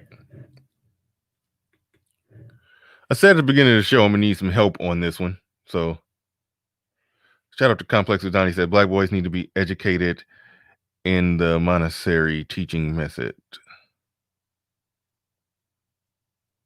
Montessori teaching method. I said Montessori teaching method. All right, what Blexit community I say they got deleted? I'm reading the deleted comment. Said Sean. Damn, I didn't know y'all could see me with my head down. I thought I had it like this, so I can hide from you niggas. All right. Sean Wilkins said, you're going to be living in a rehabilitation center. Okay. All right, I ain't going to read it. All right. There's a few more things in here before I open it up. I do want to try to get a good convo going about this. I think we're going to make it to about the 7-minute mark of this, and then I'm going to shut it down. Fair use, niggas. Fair use. I need a couple of things. So if it was just about race, then Black women would be just as affected, but they are not. They make the same as white women in the same socioeconomic group. Okay, so yeah, I see the spin move that I've been calling out from the start of this thing. That statement only makes sense if white women were performing comparable to white men. Then that would be a fair statement. It's a much lower hurdle to compete with white women than what it is to compete with white men who go into STEM. So it's like, I don't know how they not seeing this. It's almost like they don't want to say, hey, white women ain't doing shit either.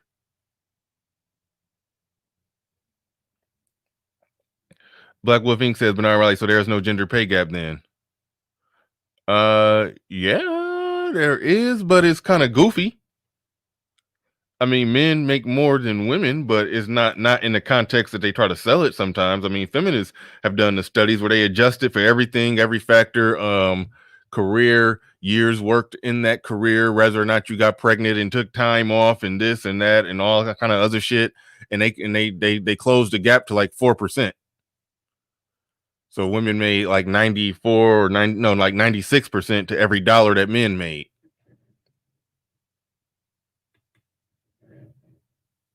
When they adjust for everything. The lazy way to do the pay wealth gap is just to take, okay, let's take what white men make. Let's just say if white men on average, I'm just to make the math, okay, let's just say if white men on average make $60,000 a year and black women on average make, well, no, just to make the math easy. Let's just say white men on average make $100,000 a year and black women on average make $50,000 a year. Then you could just sit there and say, aha, look, racism. Black women make 50 cents for every dollar that a white man makes. Racism. But if you don't take into account that there are more white male doctors than what there are black female doctors, and there are more black female CNAs than what there are white male CNAs, if you don't take that into account, then you're pissing in the wind. So it's a lot of wind pissing going on with a lot of these discussions. With it's a lot of wind pissing going on with a lot of the wage gap discussions. But feminists actually took the time to do it the right way, and when they did it the right way, they found out it was a 4% difference when you adjust for everything.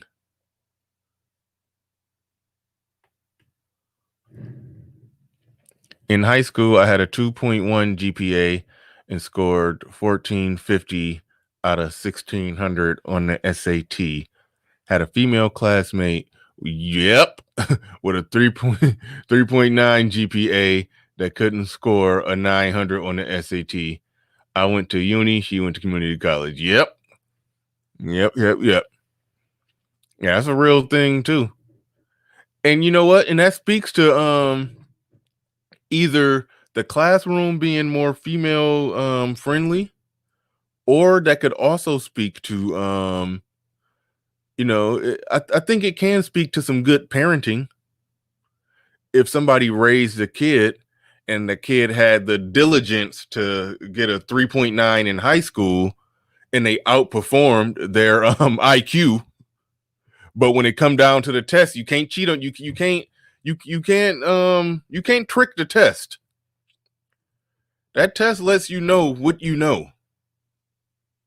So that's what that's about. And that shows that you was bullshitting in high school, but you bullshitted your way to a 2.1. You bullshitted your way to a 2.1, but you could have had a 3.9 easy. You could have had a 4.0 if you would have really applied yourself. You fall into that category of somebody not applying themselves, but got the smarts and got the intelligence.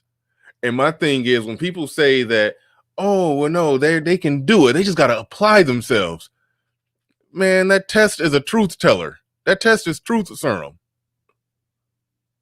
The test will let you know.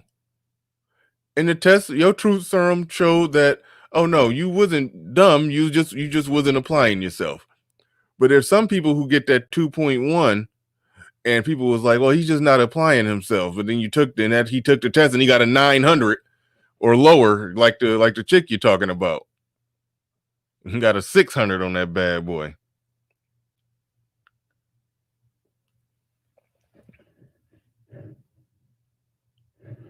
Thanks for the super chat. I feel like I missed one.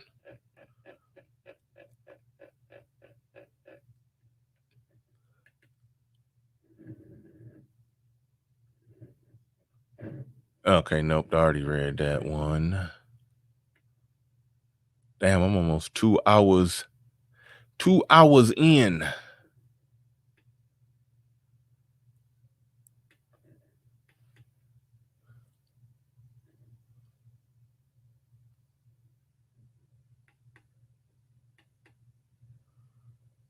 All right, where we at?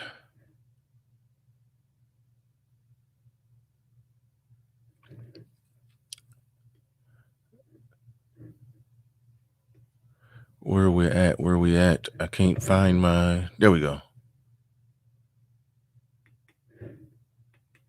So I've never heard anyone even claim that there is some sort of gender disparity within a race. That, you know, that Asian women could be brilliant, but Asian men could be bad. Or I've never heard that. I don't even think the crazy right wing makes that case. So it is not about race, because black women overall do okay, right? So there is no gender disparity within the race. Black women are not scoring on the standardized test, just blowing it out of the water with Asian women and making money like Asian men. No, they're scoring very similar, maybe a little better, but very similar to what black men are scoring on those tests. But they're making money, less money than what black men are making out in the world. So he's using, like I said, he's using a very bad rubric to try to assess that by comparing black women and their gap compared to white women. If black women are running full speed, white women are jogging and just barely keeping pace. Okay, that was wrong. That was wrong. That was racist. I didn't mean to say that.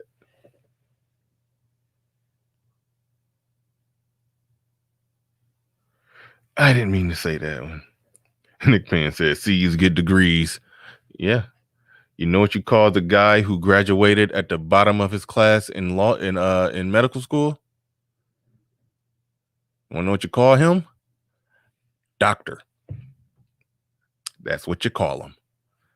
You might not want him to be the one doing open heart surgery on you, but he still got a doctor in front of his name. But anyway. So it's not genetic. That's what I mean by that, right? It's not a matter of ethnic traits or racial traits, etc. On the socioeconomic situation, it partly is definitely that, because black women do okay. If you're richer and you're a black woman, you stay richer and you stay as rich as white women in the same category. But the evidence is overwhelming that if you're a black male, it's not necessarily the case, right? So to me, and this is what I think the interesting part of the conversation is, you know, I can tell you this, Joe Biden would never call the men and women of our military suckers or losers.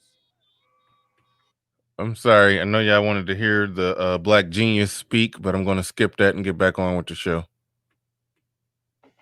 Diving into culture and finding out what we think is the reality in both sides, whether it's culture where the fathers are not present, but also the American culture overall that stigmatizes and stereotypes African-American males more than almost any other group, and in fact, seems definitively more than any other. I feel like this links to other things we've talked about in the past, and the way children are treated in preschool to elementary school, and this was across boards. This went through genders, but then it can also be determined that way too.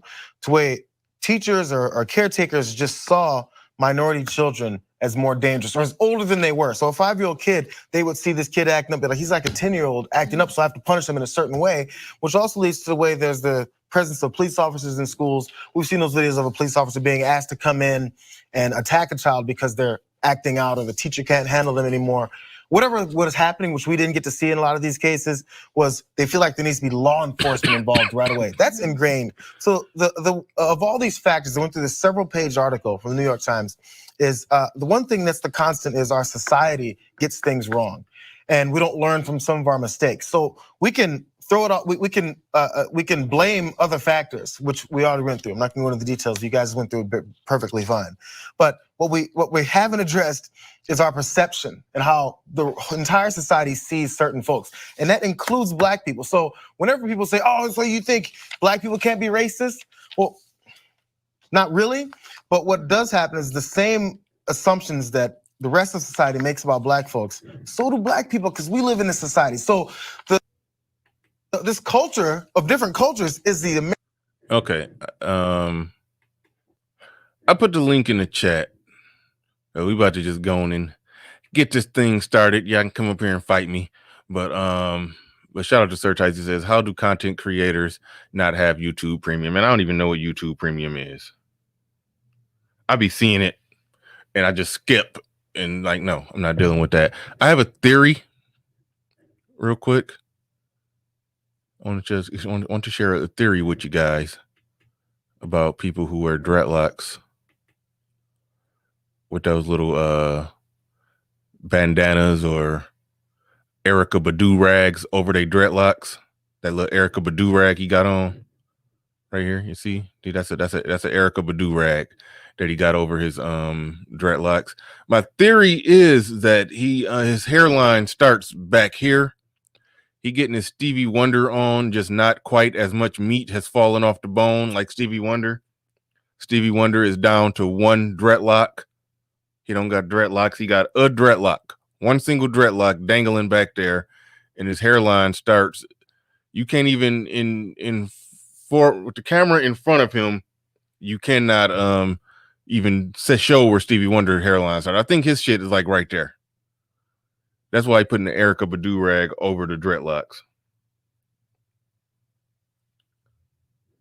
That's just my theory on him. Oh, this nigga was a poogie too. He got the forearm tats. Okay, now I'm clowning, but no. When they put the Erica Badu rag over the dreadlocks, I just know the hairline is just non-existent. That hairline is just, the hairline is on life support. That we know.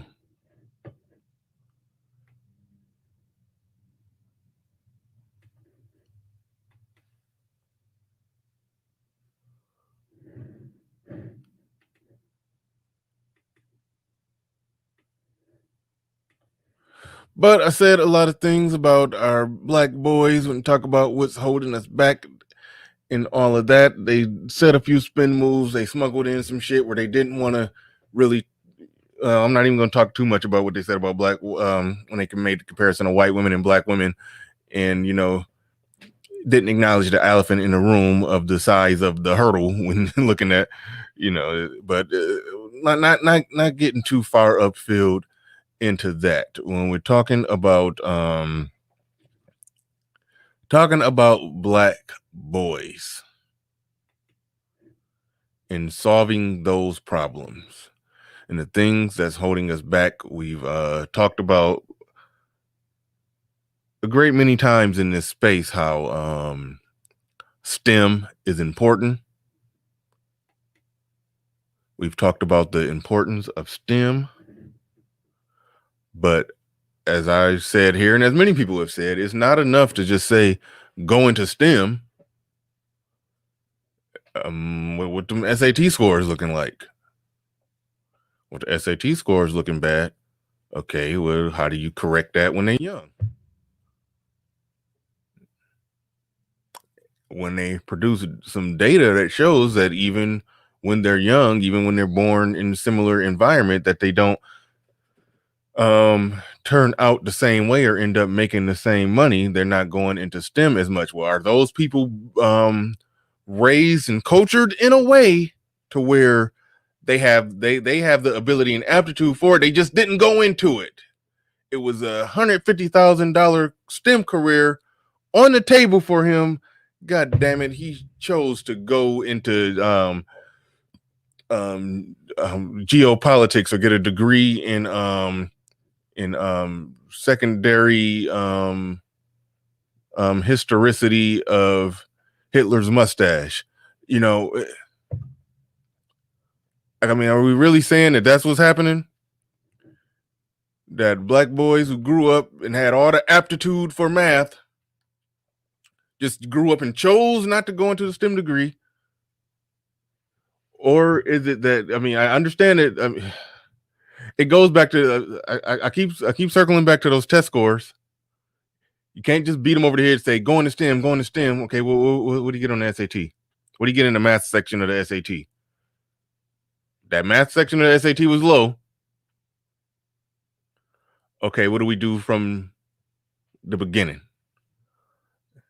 Then there's data for those from that started early in a good environment don't grow up and knock it out the park in terms of the test scores at the same rate.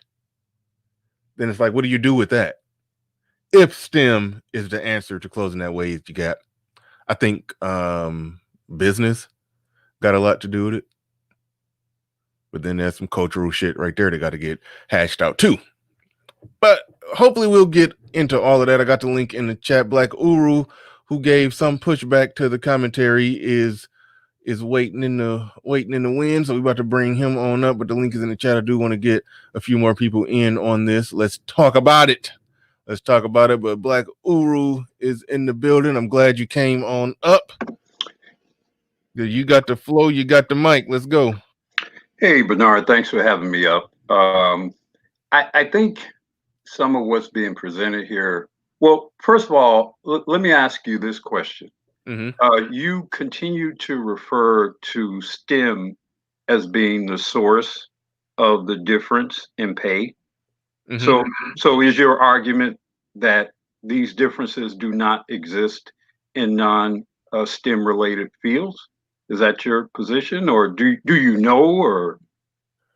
Well, this is what we do know. What the hell was that? Okay, STEM degrees tend to pay more. STEM jobs pay more. Black people go into STEM less. Therefore, Black people make less on average. If you just say what Black people make versus what a group of people who on average go into STEM more make. That was a simple, I mean, I'm just saying from what I've read, these differences exist within professions. So you could have a Black man and an Asian man or white men who are in the STEM professions, and there's still some marginal difference. Now, maybe that difference isn't as great, obviously, as the whole population of Asian men versus the whole population of Black men. Well, yeah, but hold on, wait, but is that a factor? Why do it seem like you just keep getting sucked into a vortex? Like I keep hearing a sound. But okay, LeBron James and Matthew Dellavedova are in the same field. They both play basketball. But LeBron James, for obvious reasons, get paid more than Matthew Dellavedova. Yeah, but we all know LeBron James is a markedly better basketball player than Dellavedova. So we ourselves can see why LeBron makes disproportionately more than Matt.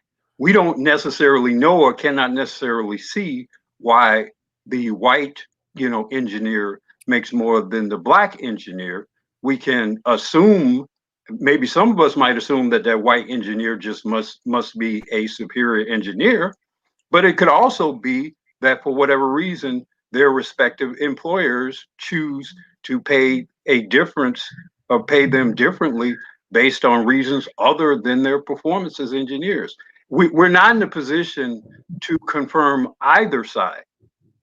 I understand that, but if one group, if a percentage of them are getting in to that field, into those, if a percentage of, okay, if it's one group to where a percentage of them is getting a few hundred, points on the SAT to help get them in the door, and another group is fighting against how racist that is, that more of them aren't in the door because they're just walking up and hitting a home run without needing a few extra points. I think it's not that far fetched to say that the Asian guy on average who is kicking ass in the math section of the SAT in high school, doing better on his math classes in college, is not a far-fetched assumption that he probably is performing better in a career.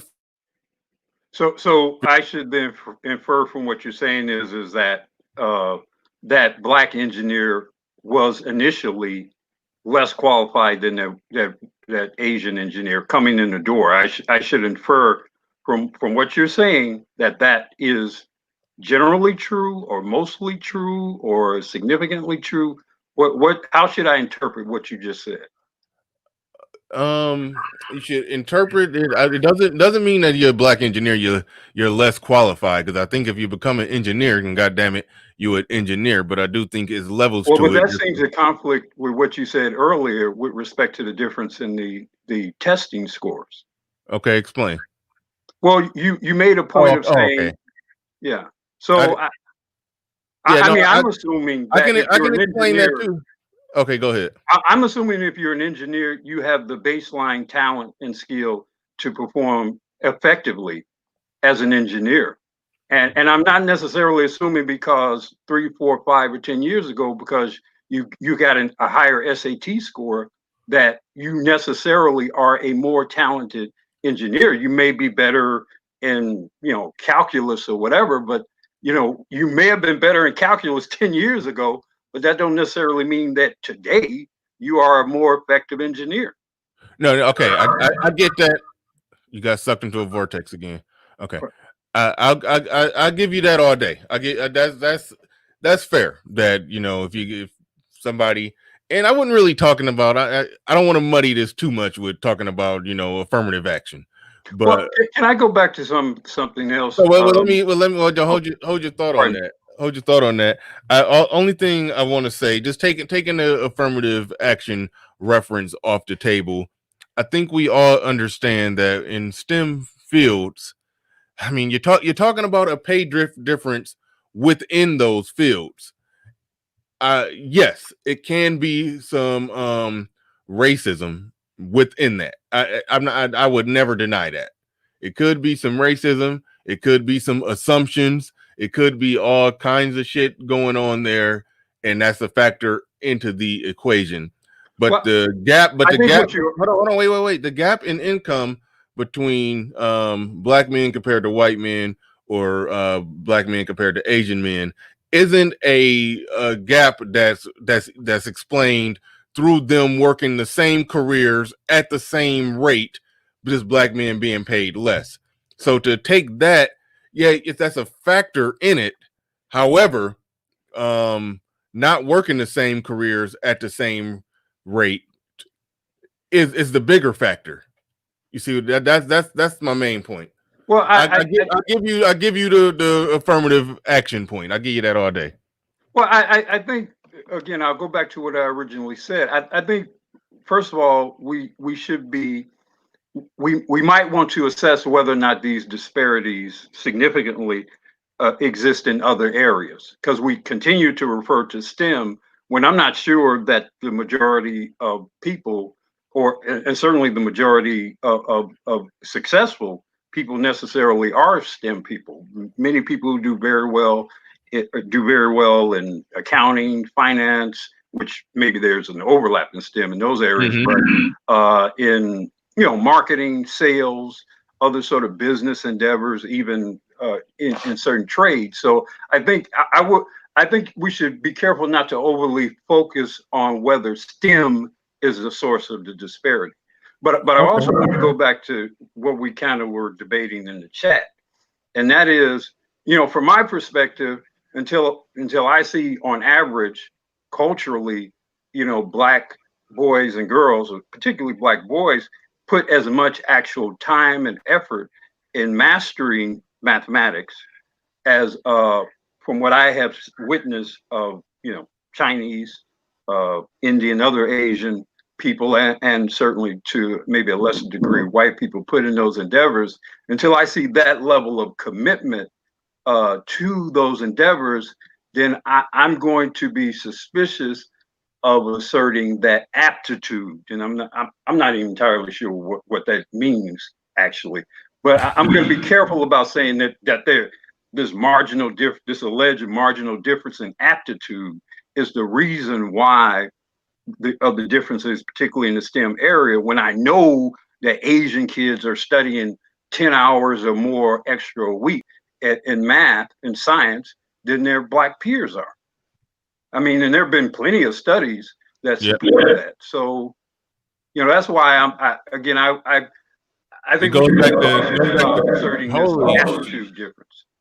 It goes back to culture for you. Yes. It's a cultural thing. Let me add one more thing. I'm with you. Sorry. I'm with you. I think we all on the culture thing. Networking in this discussion, because there are networks in place that ensure that certain people get opportunities, and obviously white people in particular are much more networked in certain areas than black people are, and that's why you will have that first or second generation of kid from a black male in particular may not do as well as his white peers because his white peers are much more networked in certain industries. Yeah. Okay, yeah. If you're talking about within the same industry, then okay, that's a factor. The majority of jobs posted, the majority of jobs that change in America were never even posted. The vast majority are.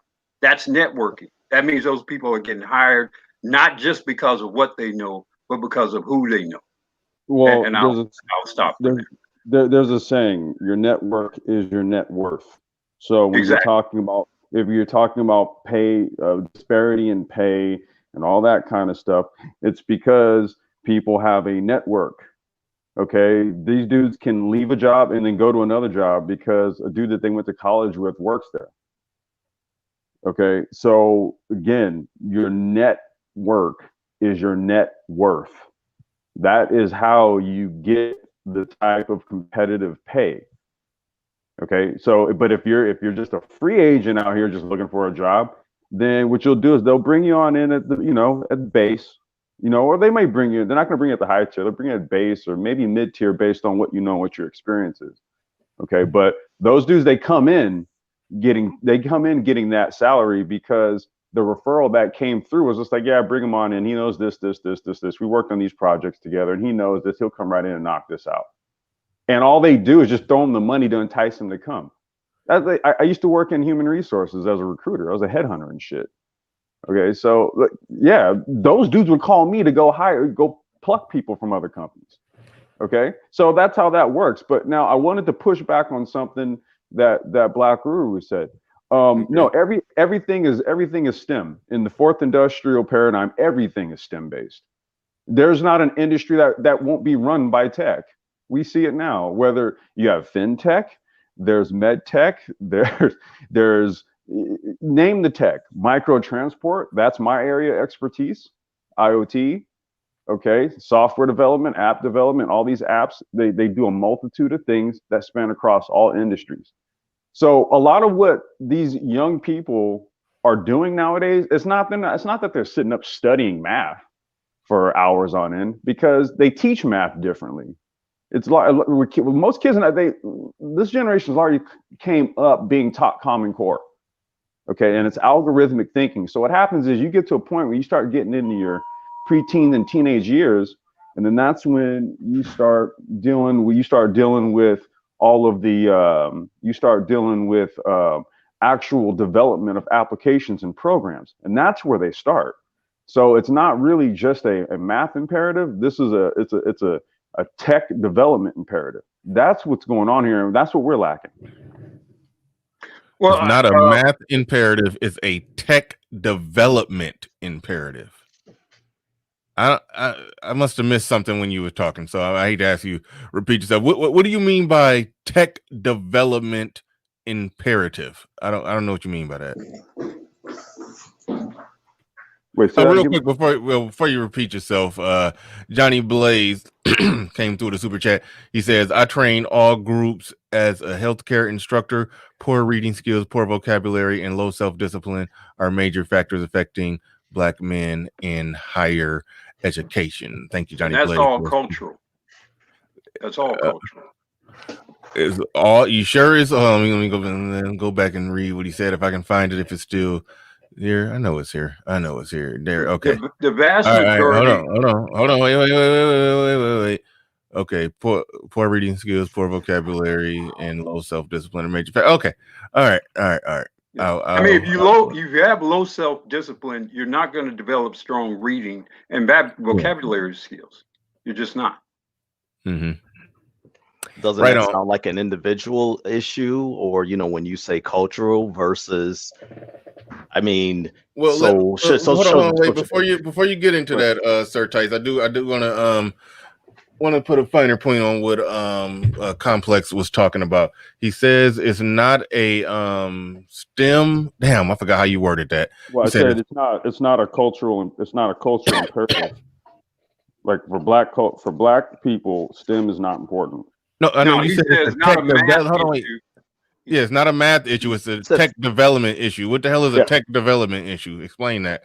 Well, what I mean is that what we don't do is, okay, so we're consumers of tech, right? We use a lot of the shit. Like, you know, I mean, hell, you got people who use it for content creation, right? But are you actually making it? That's the question. You're a user, but are you a developer?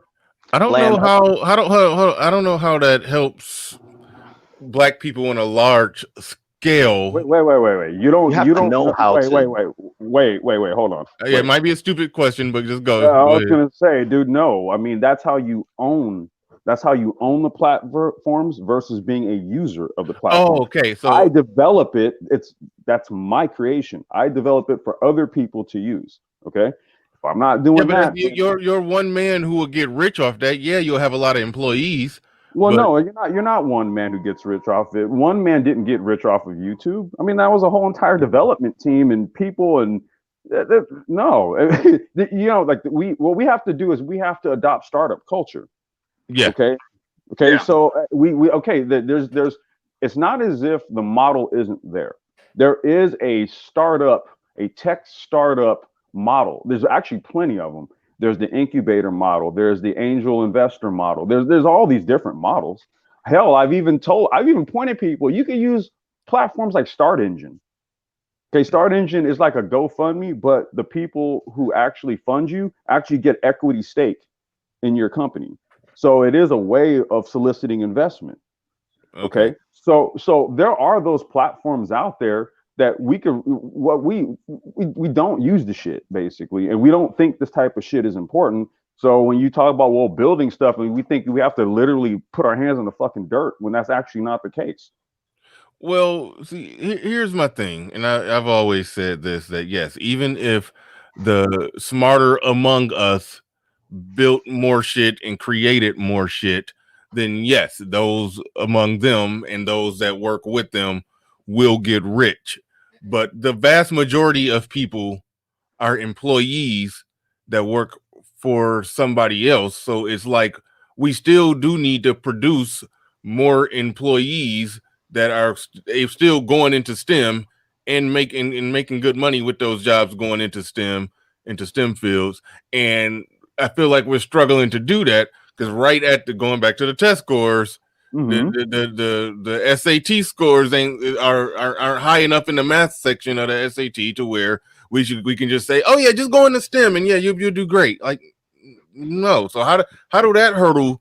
How do we jump that hurdle? Okay, so perfect example, right? Let's take my partner and I, my partner Anti-Gravity and myself. Be careful with saying your partner, by the way. Business partner. Thank you. So we knew what you were referring to, man. He's fucking with you. I'm joking. Look, somebody is out there in California. Somebody was gonna get you. It gets chopped up and shit. You know, you was gonna get clipped. No, you was gonna get clipped. So we have a micro transport company, right? So we have basically electric bikes, electric scooters, and you have like the app-based technology to basically manage an entire fleet of them anywhere in the world. Okay. Now, what I can do is, let's just say someone lived in Atlanta and they wanted their own fleet. They wanted to launch their own rental fleet service, have it all app-based and the whole deal.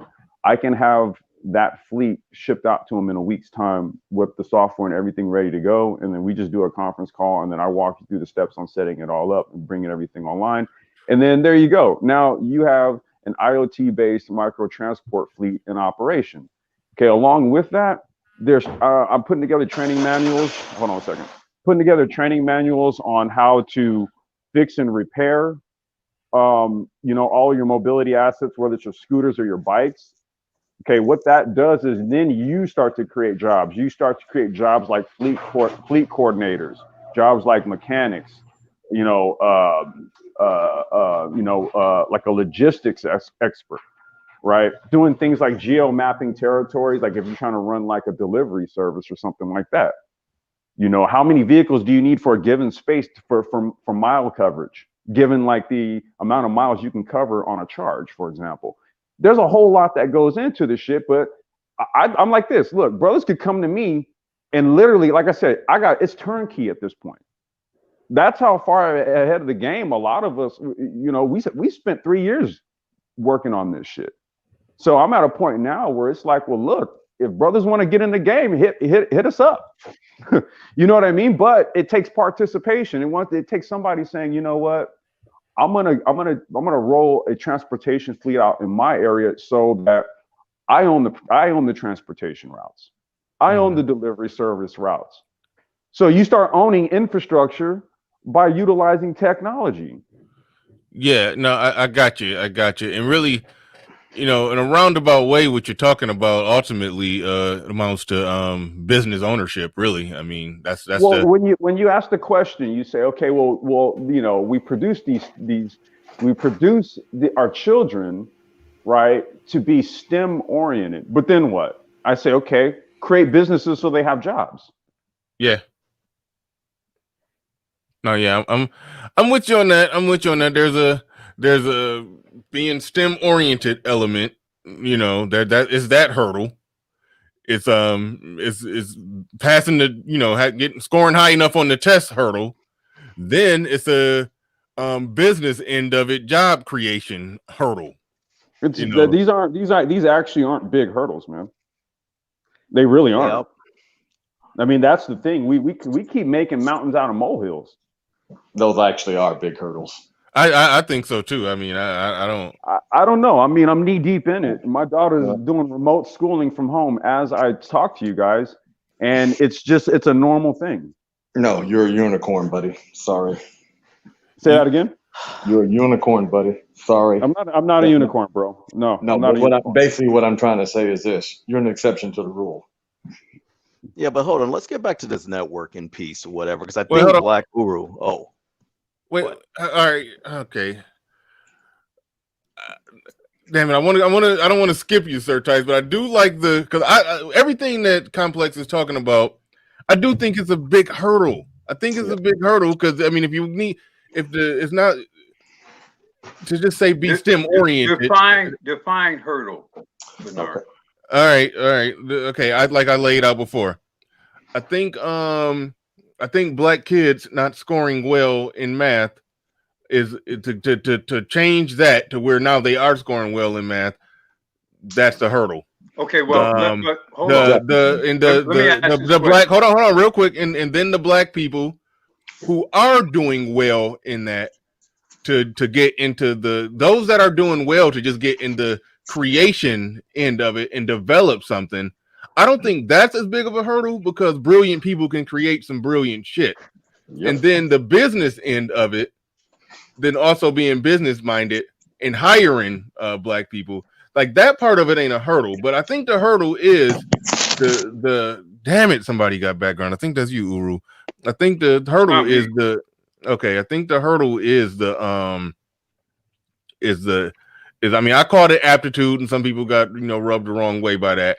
But getting to the point where, yeah, if we're producing, you know, an army of people armed and equipped to kick ass, to go into the STEM field and kick ass, then that's one thing. But it's almost like Complex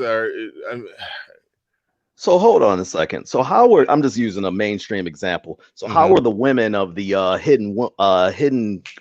Damn it, I can't even think of that movie. Help me out, Comps. Hidden Colors. No, definitely not that. The Hidden Figures.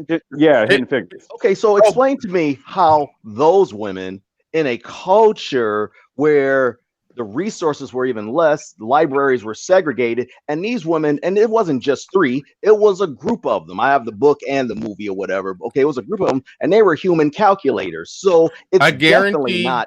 I guarantee they didn't just pluck random black women and say, "Hey, you want to do math?"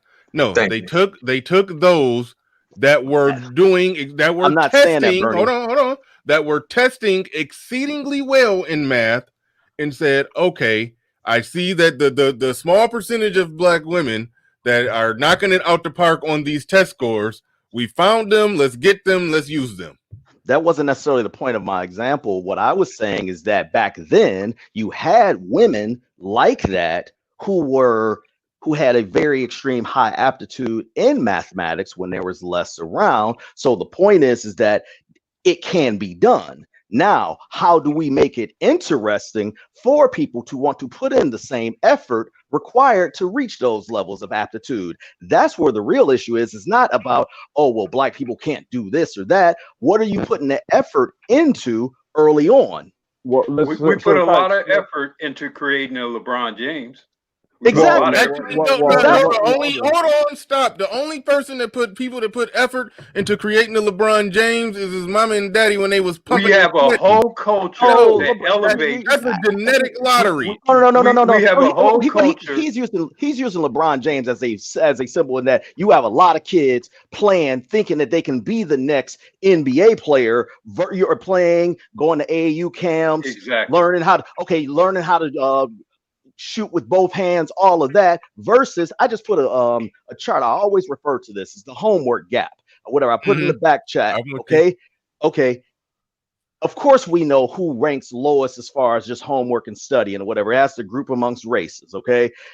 As I said before on this panel, you take those Indian kids where English isn't even their first language, but they're killing it in spelling bees. How do they know these words? Because they've studied Latin. Their parents constantly are having them read various literature so that they know the origin of these words. The point is they're putting more effort into it. That doesn't make them smarter per se. They're just putting more effort into it. That's what I'm saying. We can emulate because we have a previous example of us doing that.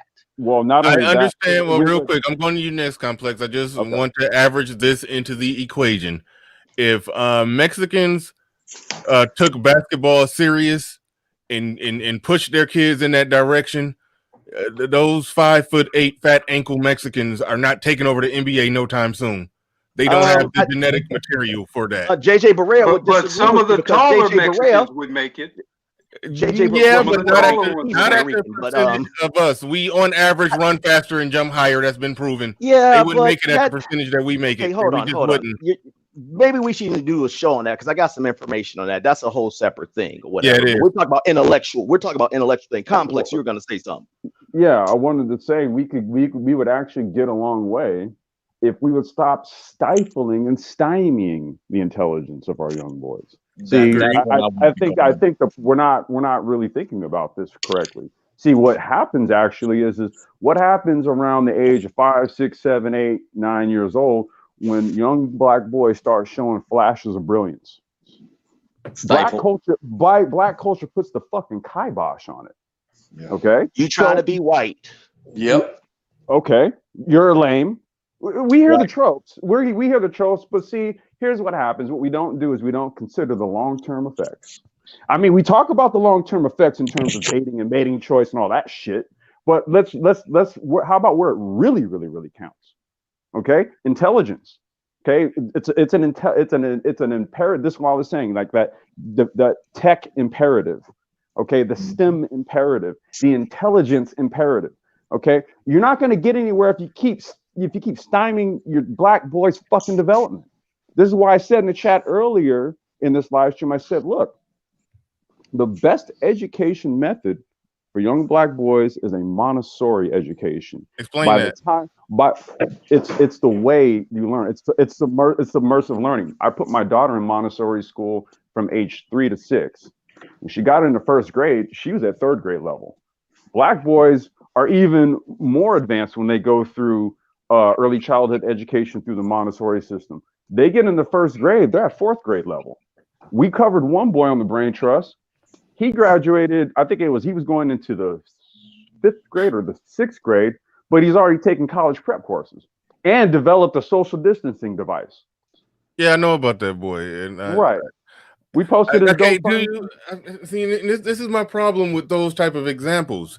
Is that an example of a boy who was just cultured into that, or did they just give birth to a fucking genius? No, I'm telling you, my daughter went to a Montessori school where there were other young Black boys who went there. He's exactly right.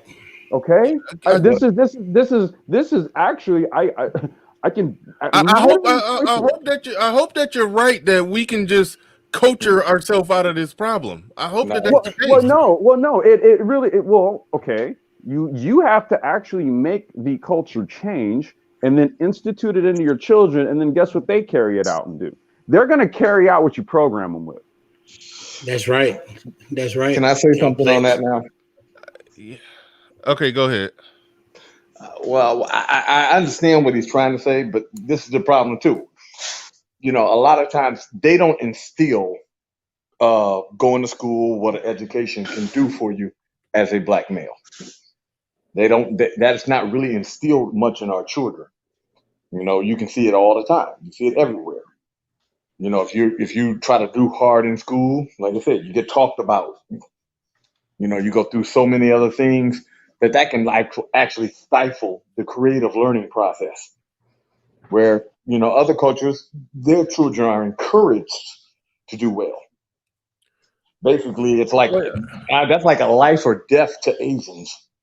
That's the reason why they do so well in math. I mean, think about it. They get a 3.8 grade point average. They're sitting here talking about killing themselves. I mean, unfortunately, our culture has taught us to do the bare minimum to get by. I mean, or to try to get over. And by the time you realize that, especially as men, if you realize that, hey, this bare minimum approach or doing so little to get by the time you realize, wait a minute, this done fucked my life up, it's too late. The damage is already done. Your other classmates are way ahead of you. And that's what's really instilled in our culture. The women that you maybe try to talk to as a kid, and especially if you're smart, they're not giving you no attention. So then you start doing dumb shit that the other kids are doing. So that's just destroying a lot of them before they even get too old. Yeah, I still feel like what you just said right there, that the women ain't giving him no attention. He started doing dumb shit to get their attention. I still think when that boy go and take the SAT test, I still think he knock it out the park. Sort of like how what's the name said in the chat, he had a 2.1 GPA. He was doing dumb shit, but he couldn't be held back. The test don't lie. Right. I mean, that's. I mean, smart people.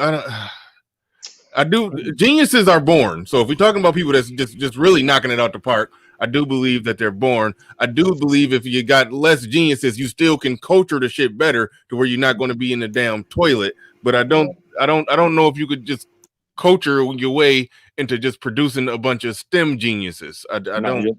Unless the environment changes, you're not going to do that. I mean, think about it. Real quick, we got is Enemy Nation still down there? I'm just trying to wait to get my. Okay, cool.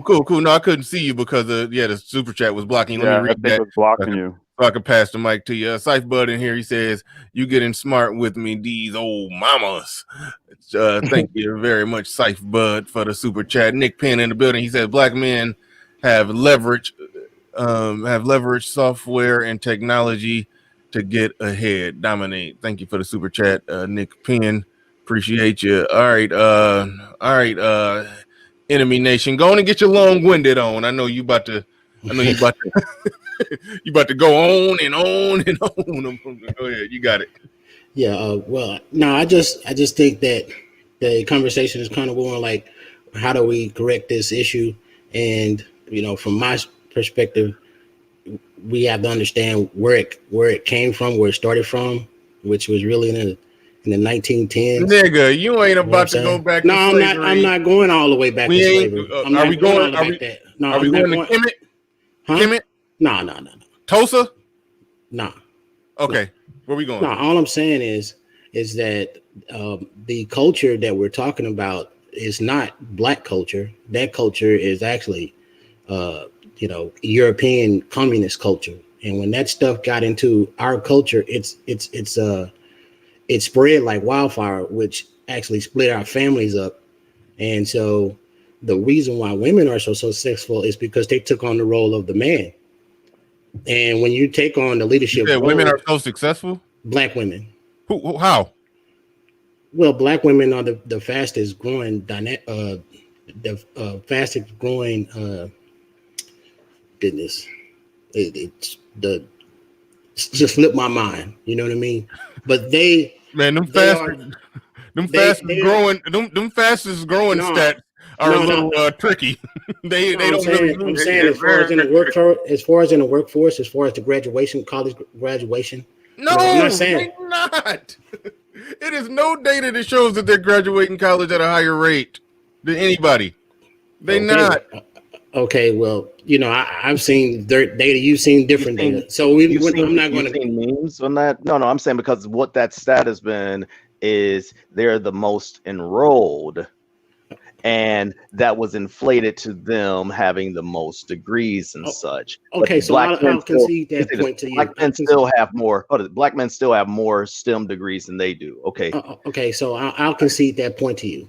But what I'm saying is that when Black community integrated, right? Because integration was the answer to segregation, which the answer should have been desegregation. Integration and segregation are forceful acts. To desegregate is a benign neutral act. And you can look at the Tuskegee Airmen to see that when it was a concentrated group, those men became the elite of the elite. And I'm talking about above the white guys, right? So that culture began to shift and change, where in the communist ideology, Black people were more of the, I want to uproot the governmental system, and the white people on the communist side were like, well, they took a more role of, we want to be the ones to actually take over. We want to be the ones at the top. The Black people can actually do the uprooting, but we're going to maintain our top status. And so this is why you see in these colleges, universities, schools, they're still coming from a Marxist communist mindset. Right. You know what I'm saying? And so if the Black community doesn't address that and get this stuff out of the schools, or like what Complex said, get into a monastery where you can actually vet those teachers and vet those curriculums and make sure that they don't have that insidious curriculum and teaching your kids other things than just studies. They're actually teaching them ideology, because that ideology is always going to overrule whatever you learn. I agree with you. Let me ask you a quick question, because you got kind of steered away from this. How does that translate to men now, or young boys now, as for what's holding them back? Or can you? Okay. So I know the answer, but I want you to, to explain to everybody else. But go ahead. Okay. And say how those accepting those ideologies and such, why we're lacking, and then what we can do to to overcome that. Go ahead, bro. Right. So a monastery, right? A monastery teaching, they typically teach self-reliance, whereas communistic Marxism, they teach reliance on the state. You know what I mean? And so in order to reverse that, you have to teach Black men what we came out of slavery with. And that's self-reliance. You know what I'm saying? Well, I'm just saying, from that point on, I can say in the 20s or whatever, but I'm not doing a victimhood type thing. You know what I mean? I'm just saying, like, hey, look, if we can point this particular thing out and turn anti-communist, because you see the white people, they turned anti-communist. You know what I'm saying? For the most part. And they excelled once they said, hey, look, we'll let this after McCarthyism, we'll let this exist because we have to in a matter of free speech in this country. But we're going to be primarily and chiefly anti-communist. You know what I mean? And so they didn't teach their children this doctrine, but it was taught to Black children. And the thing about it is after the 60s, they usurped the Black men, and they said, hey, we got something that's even, we can have a shield that's even better than Black men, which is Black women. And so you see these Black women get pushed to the forefront, even if they are not smarter than the Black men, they get pushed to the forefront just because they're women and they're Black, and they could shield organizations. So you can't call a CEO racist if he has or president of a corporation racist if he has a vice president or a CFO that's Black and a woman. You can't call them racist or sexist.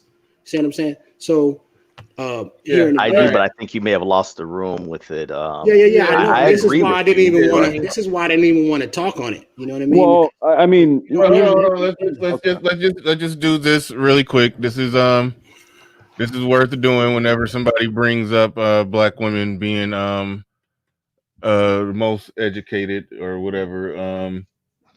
There's stats, facts, and data, and there's even more recent stats that actually black men are actually closing the gap with black women in terms of education. But you can see right here, this is talking about bachelor degrees between the age of 25 and 54. You can see Asian men. I thought it was Asian women, but it's actually Asian men at the top here, Asian women right here.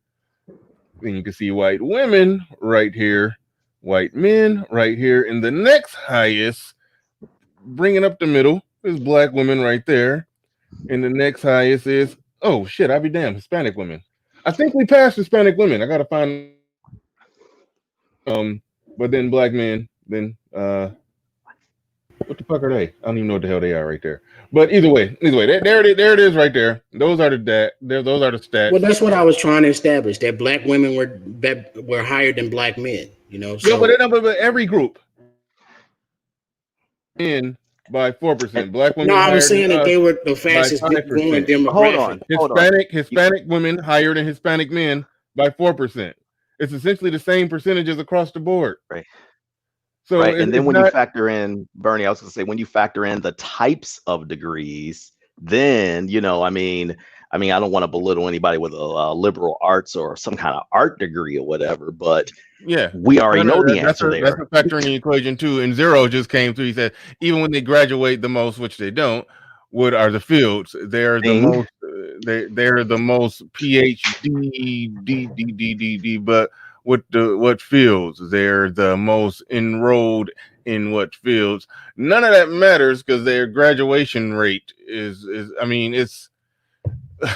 I mean, you can see it right there with bachelor degrees. Even when we do PhDs, the numbers, they aggregate the same exact way regardless. Let me get caught up with some super chats that I got behind on that. Man, I knew you was going to get long-winded and take us back to Africa. I mean, to slavery. I knew it. I saw it coming. Because he said the nigga needs some water, suffering succotash.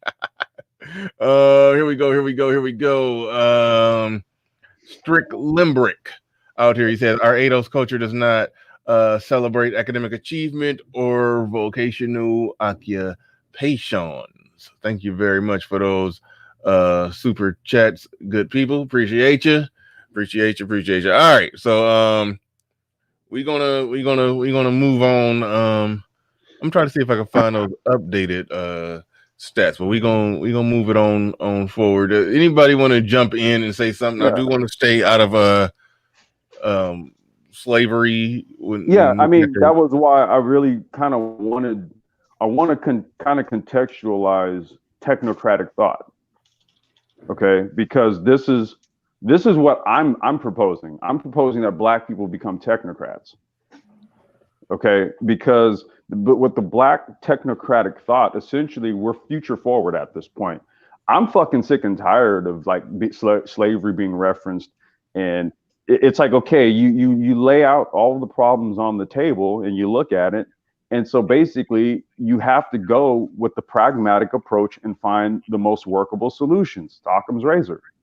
Okay, so if what we're looking at in the future is a future basically driven by technology, then really the only way out is for us to pivot and become a group of people who have mastered technology.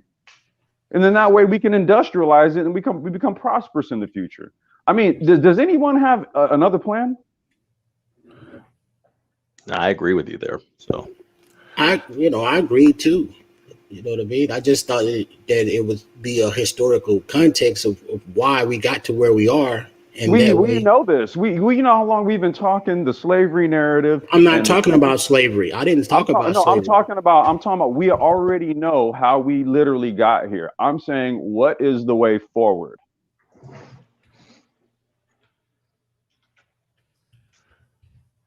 You were asking, or I mean, you just described it. I agree with that. No, I was just saying it's a question that I'm asking. I'm openly, not just to what is the way forward? Like, we need to think, what is the way forward? But for us to build people that can do this, or I shouldn't say build, develop. Let me use that as a better. Yeah. That's Okay. where we do have to attack the culture. You know, I mean, I'm almost sick of hearing it also too, but where we criticize those who belittle those who are more on the academic path or what have you. You know, we have our own form of a drop squad, if you will, because these are going to be the new leaders or who are going to drive the next direction. So that's why I'm saying, as far as our youth. Now, what you're doing with your daughter that you often reference, I hope other brothers are doing this very same thing, taking an active interest in their education, not just relying solely on the schools. It's one thing to say, oh, the schools have this and that, you know, but parents can always supplement these things also too, you know, regardless of that. So that's why I don't always accept the poor schools strict, you know. Okay, so what else are you doing? There's libraries. There's also free tutors. Many colleges offer that for kids. So that's Or what if I'm you saying. cut down, or if you cut down on excess spending, you can actually pay for them to go to a nice school. Because, you know, we habitually will pay, we spend money, pay for what we want and not what we need. Blah, and blah, not blah. what we need. There you go. There you go. There you go. Yeah, I'm looking at the stats on blackdemographics.com where black men are up to 19% on the bachelor's degree and black women are up to 24%. But everybody else, every other woman is all women can, you know, combined, all right, 33%, and with all men, just to put a final bow on that one, or nail in the coffin, but I'll just say put a final bow on it. All men are at 32%, black men at 19%. So I don't know. There's that. Anyway, just to say that. I mean, the most educated thing is it was just a laughable joke. Like it was like the most longest standing April Fool's joke ever. Like it's like. Yeah, even the Keishas, as you said, what was that last night, Bernie? What? Even the Keishas was talking that shit, you know. Yeah. But when are we getting past what I said earlier in the super chat? I said, when are we getting? Okay, we know all this. We know slavery. We know communism. We know Jim Crow. We know Reconstruction. Okay, I'm personally tired of it. Regardless of what happens on Tuesday, what are we going to do about it? What are these think tanks we're going to establish? Are we going to mentor? Are we going to find a young man to mentor those of us who know something? You know, I mean, what can each of us do? It doesn't have to be as a mass collective, but each one of us can do something, you know, for this younger generation. If we say that the Gen X generation is over. Go ahead, Black Will. One thing I wish we would do and promote in this environment is that many more black men run for leaderships of their local school boards. These school boards have a lot of influence over everything that goes on with our children, from everything from the selection and promotion of superintendents and principals, assistant principals, to whatever multi-million dollar budgets that exist in these school districts. You can effectively steer more business, if you will, to minority businesses. If you're on these school boards, you can affect the vetting process in such a way to promote more black business ownership and more black employees and et cetera, just by virtue of having more control over how your tax dollars are being allocated to maintain and to grow a school system. But more importantly, you can directly influence the detail and the trajectory of the education of our children. So I think many more of us should get on these school boards and take over these school boards. Yeah, that's a factor in the equation. As a factor in the equation. Complex, yeah, I see Complex just posted Zero with the fuck in the chat. Zero is clowning, spamming, having a spamathon with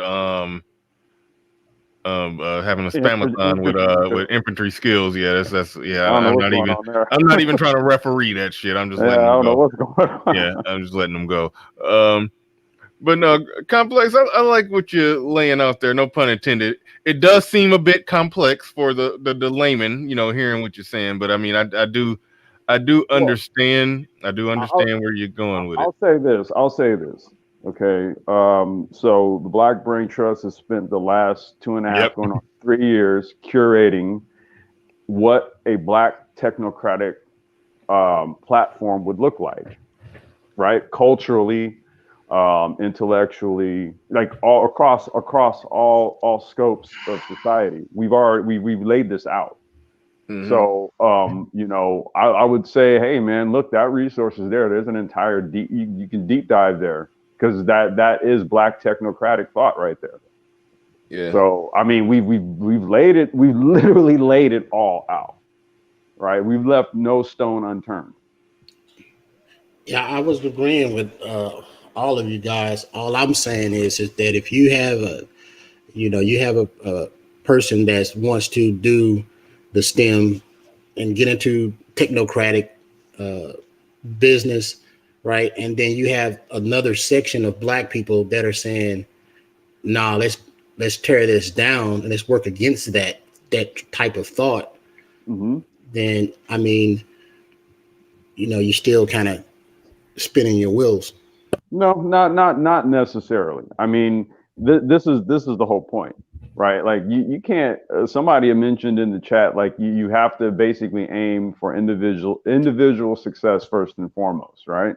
And then what you do is you link with like minds, okay? And then that's when you form small clusters and small collectives. I mean, most groups of dudes who make a shit ton of money, they don't make a shit ton of money with a large group of people. They make it with a small group of people. It's always small groups. It's always small. That's why I hate when people we spend a lot of time. A lot of people do this. They say, "Yeah, but as a collective, I'm like, fuck the collective. What are you talking about, dude?" I mean, I won't even say fuck the collective. I'm just saying there's no such thing.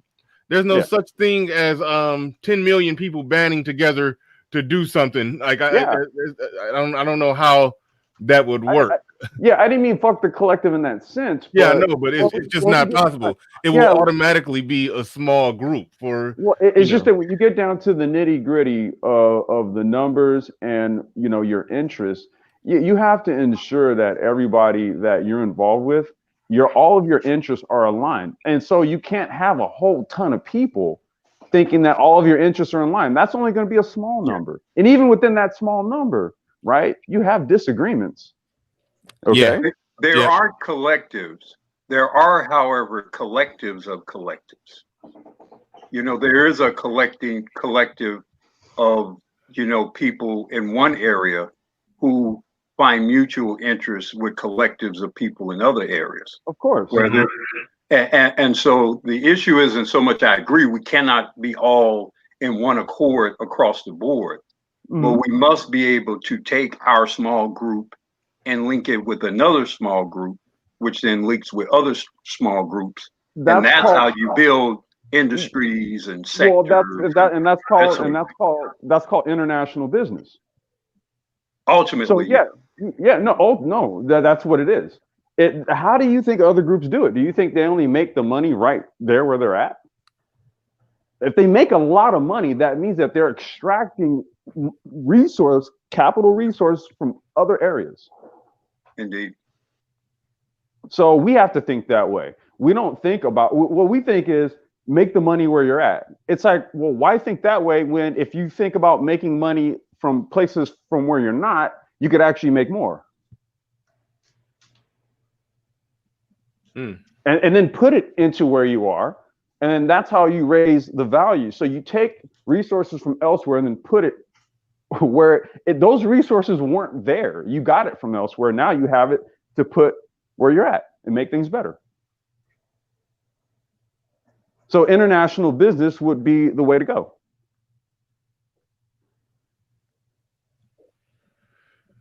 And all the tech that's available now makes it that much easier to do it. I mean, Alibaba has an app, Banggood has an app.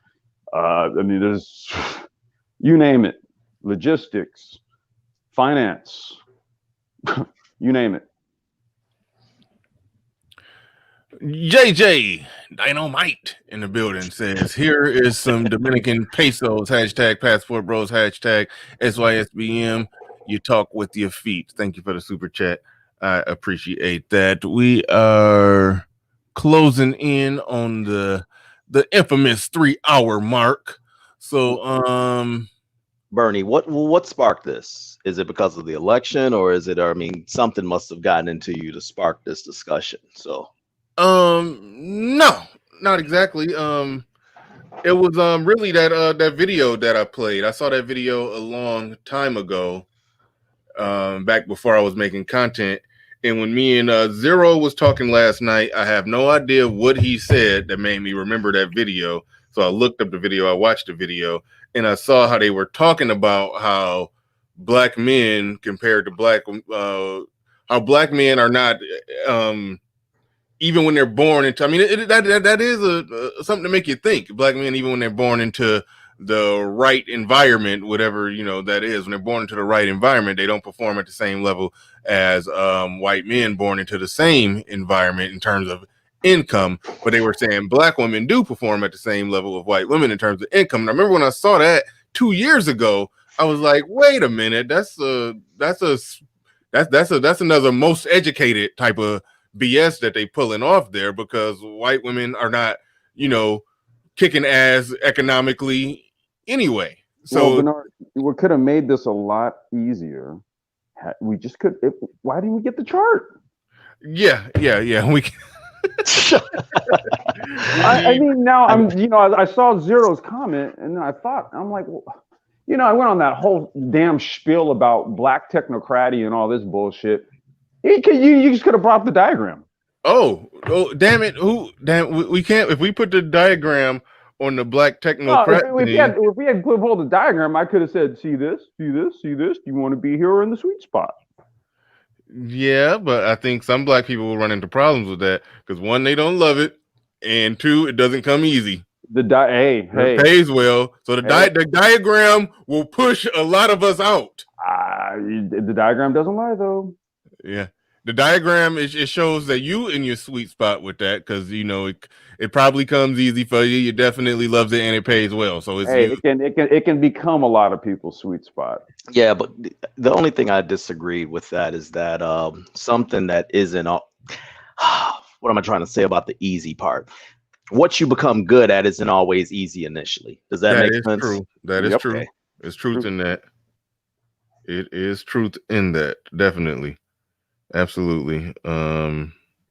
What do they say? Nothing worth having comes easy. Something like that. I know what you're saying, but it's a better way. It's a better way. Mm-hmm. It's a better way. I botched it.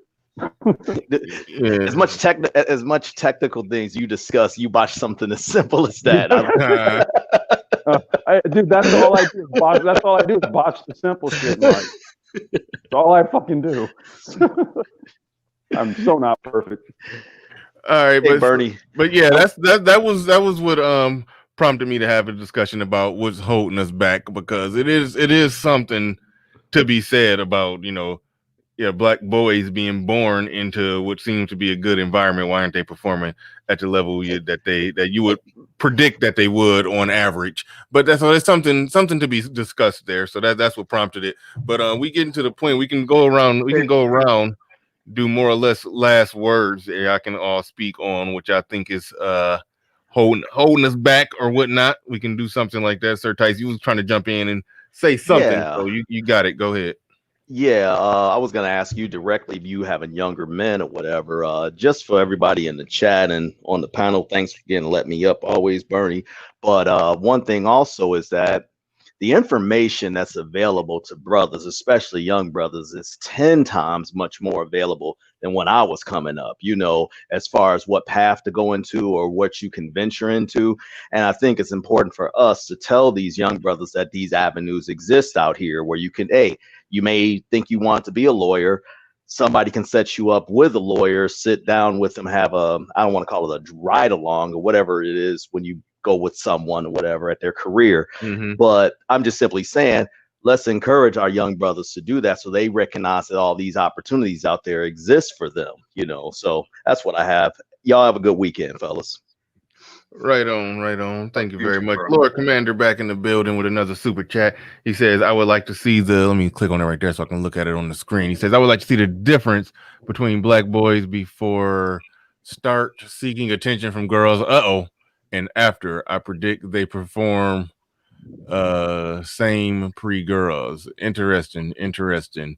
Thank you for the super chat. Appreciate that, Lord Commander. Go ahead. I'm safe. Complex.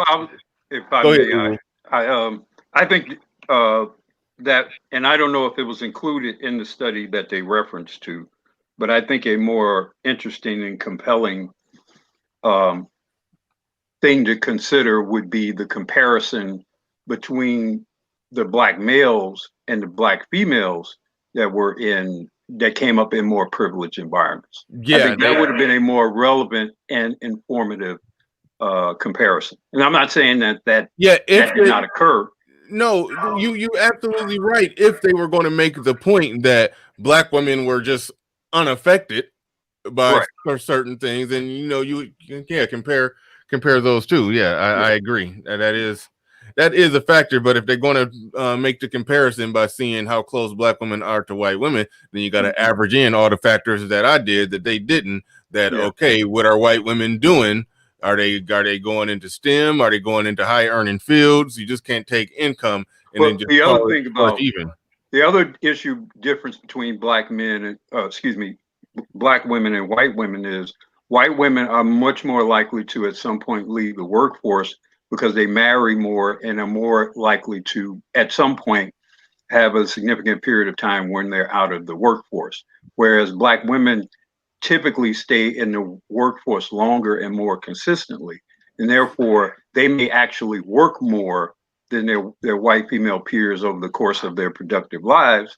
And so their income may be more reflective of that. Yeah, well, they still make less than white.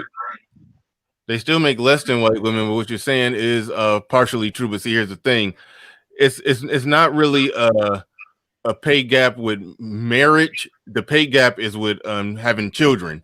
When they talk about the pay gap, like the pay gap disappears when you account for women that don't have kids and are in the same career as the particular man. The pay gap is down to like 3 to 4%.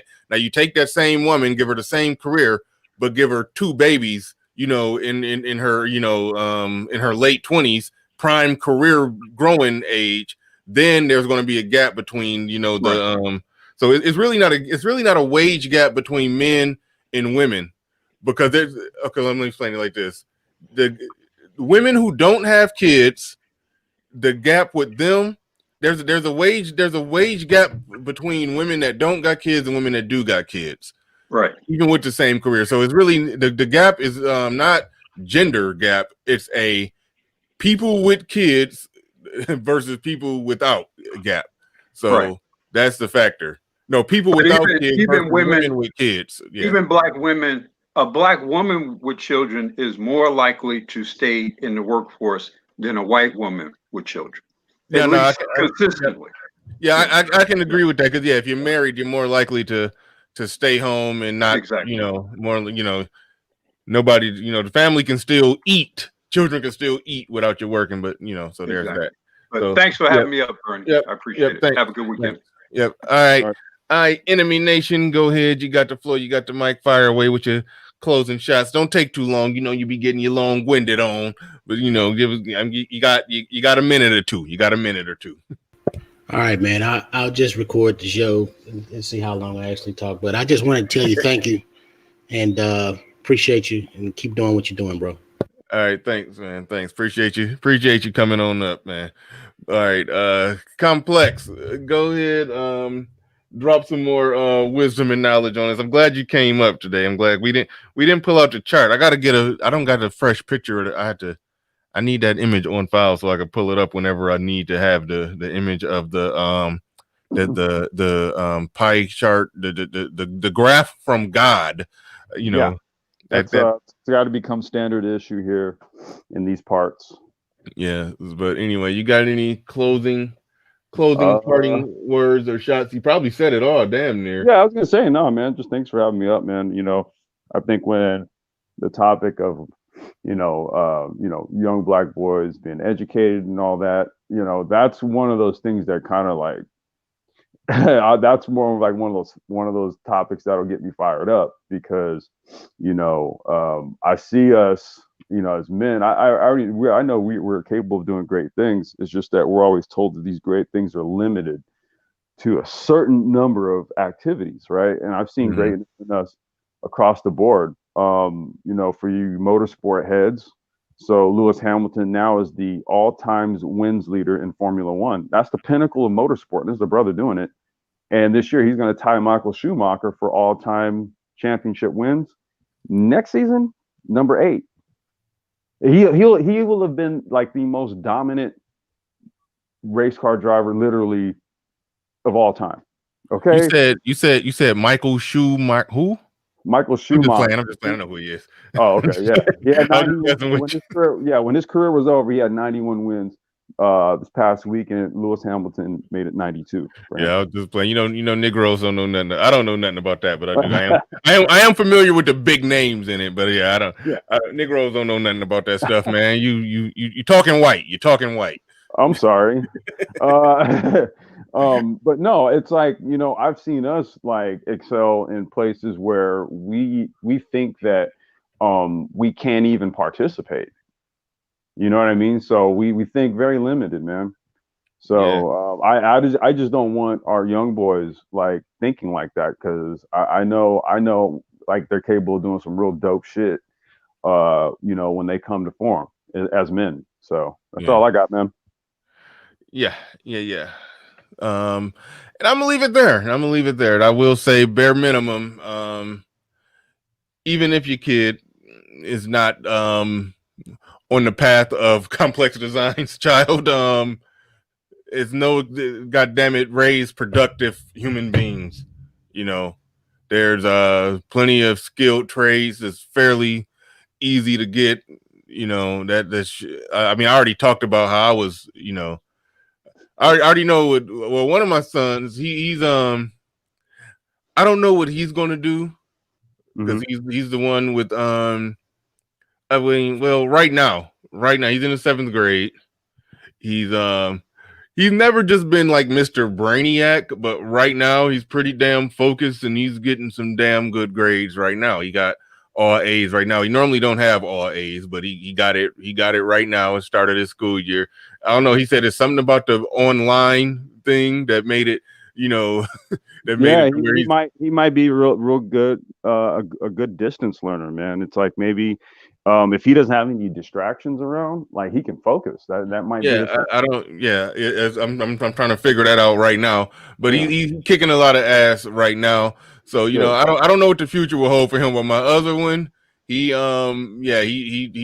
was a struggle and a fight from the beginning, keeping him on task, keeping him focused. This is my 17-year-old. It's always been a struggle and a fight with him, and so he's never just been this amazing, outstanding student, but but he will be a hardworking, productive adult. He's gonna go into I already know exactly where he's going, Greater Michigan Construction Academy. He's gonna pick up a skilled trade. He's gonna go there, and so he will have a good paying job with some certification.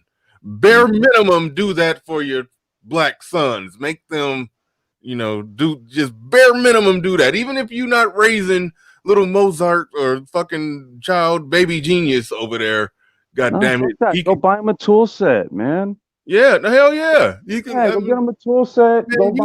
Jeez. You have no idea what we like. I'm already ready to do it. I know all the tools I'm gonna buy. Me and him, it's a raggedy ass shed in the back of my house. We're probably gonna knock that down and then just build another one. Yeah, build a workshop. And then gradually, because I already know that I'm going to be buying another house pretty soon, and I'm going to ultimately let him, because he's about to graduate high school soon. So while he's going to Greater Michigan Construction Academy, he'll basically live here. So he's basically going to let him have this house that's paid off. Like the white folks do, get the kids a paid for home. Doing it right, bro. Doing it right. And so, but one thing that we're going to do just for the experience of doing it, we're gonna add a damn room on it because it's a little bitty house. We're gonna add a damn room on it, you know. Oh yeah, man cave that bitch. Yeah. So that'll be a project that we're doing. One, just because to add a damn room on the house, but two, he's gonna be going into that field anyway. So he's going to be learning because I was like I said, I already was in the process of getting some certification in that I'm not going to use because I got other shit going on. But so I've already learned enough to where I was like, you know what, you're going to do what I was trying to do, was about to do. That's what you're going to do.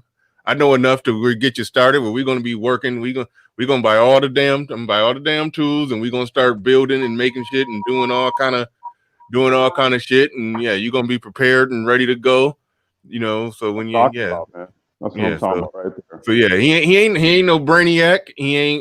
If his mom was talking about she wanted him to go to college somewhere, I'm like, no, he ain't about to. He'd be miserable. Only thing he will get out of college is going there just for the college experience, but he'd be miserable 4 years doing 4 more years of school, and he don't even like school right now. So debt. Yeah. So there's that. So yeah, that's so bare minimum, get some kind of plan like that going for you boys. Like, dudes, get them doing something.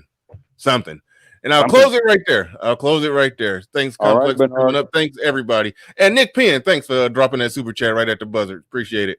All right, we out of here, y'all. Peace.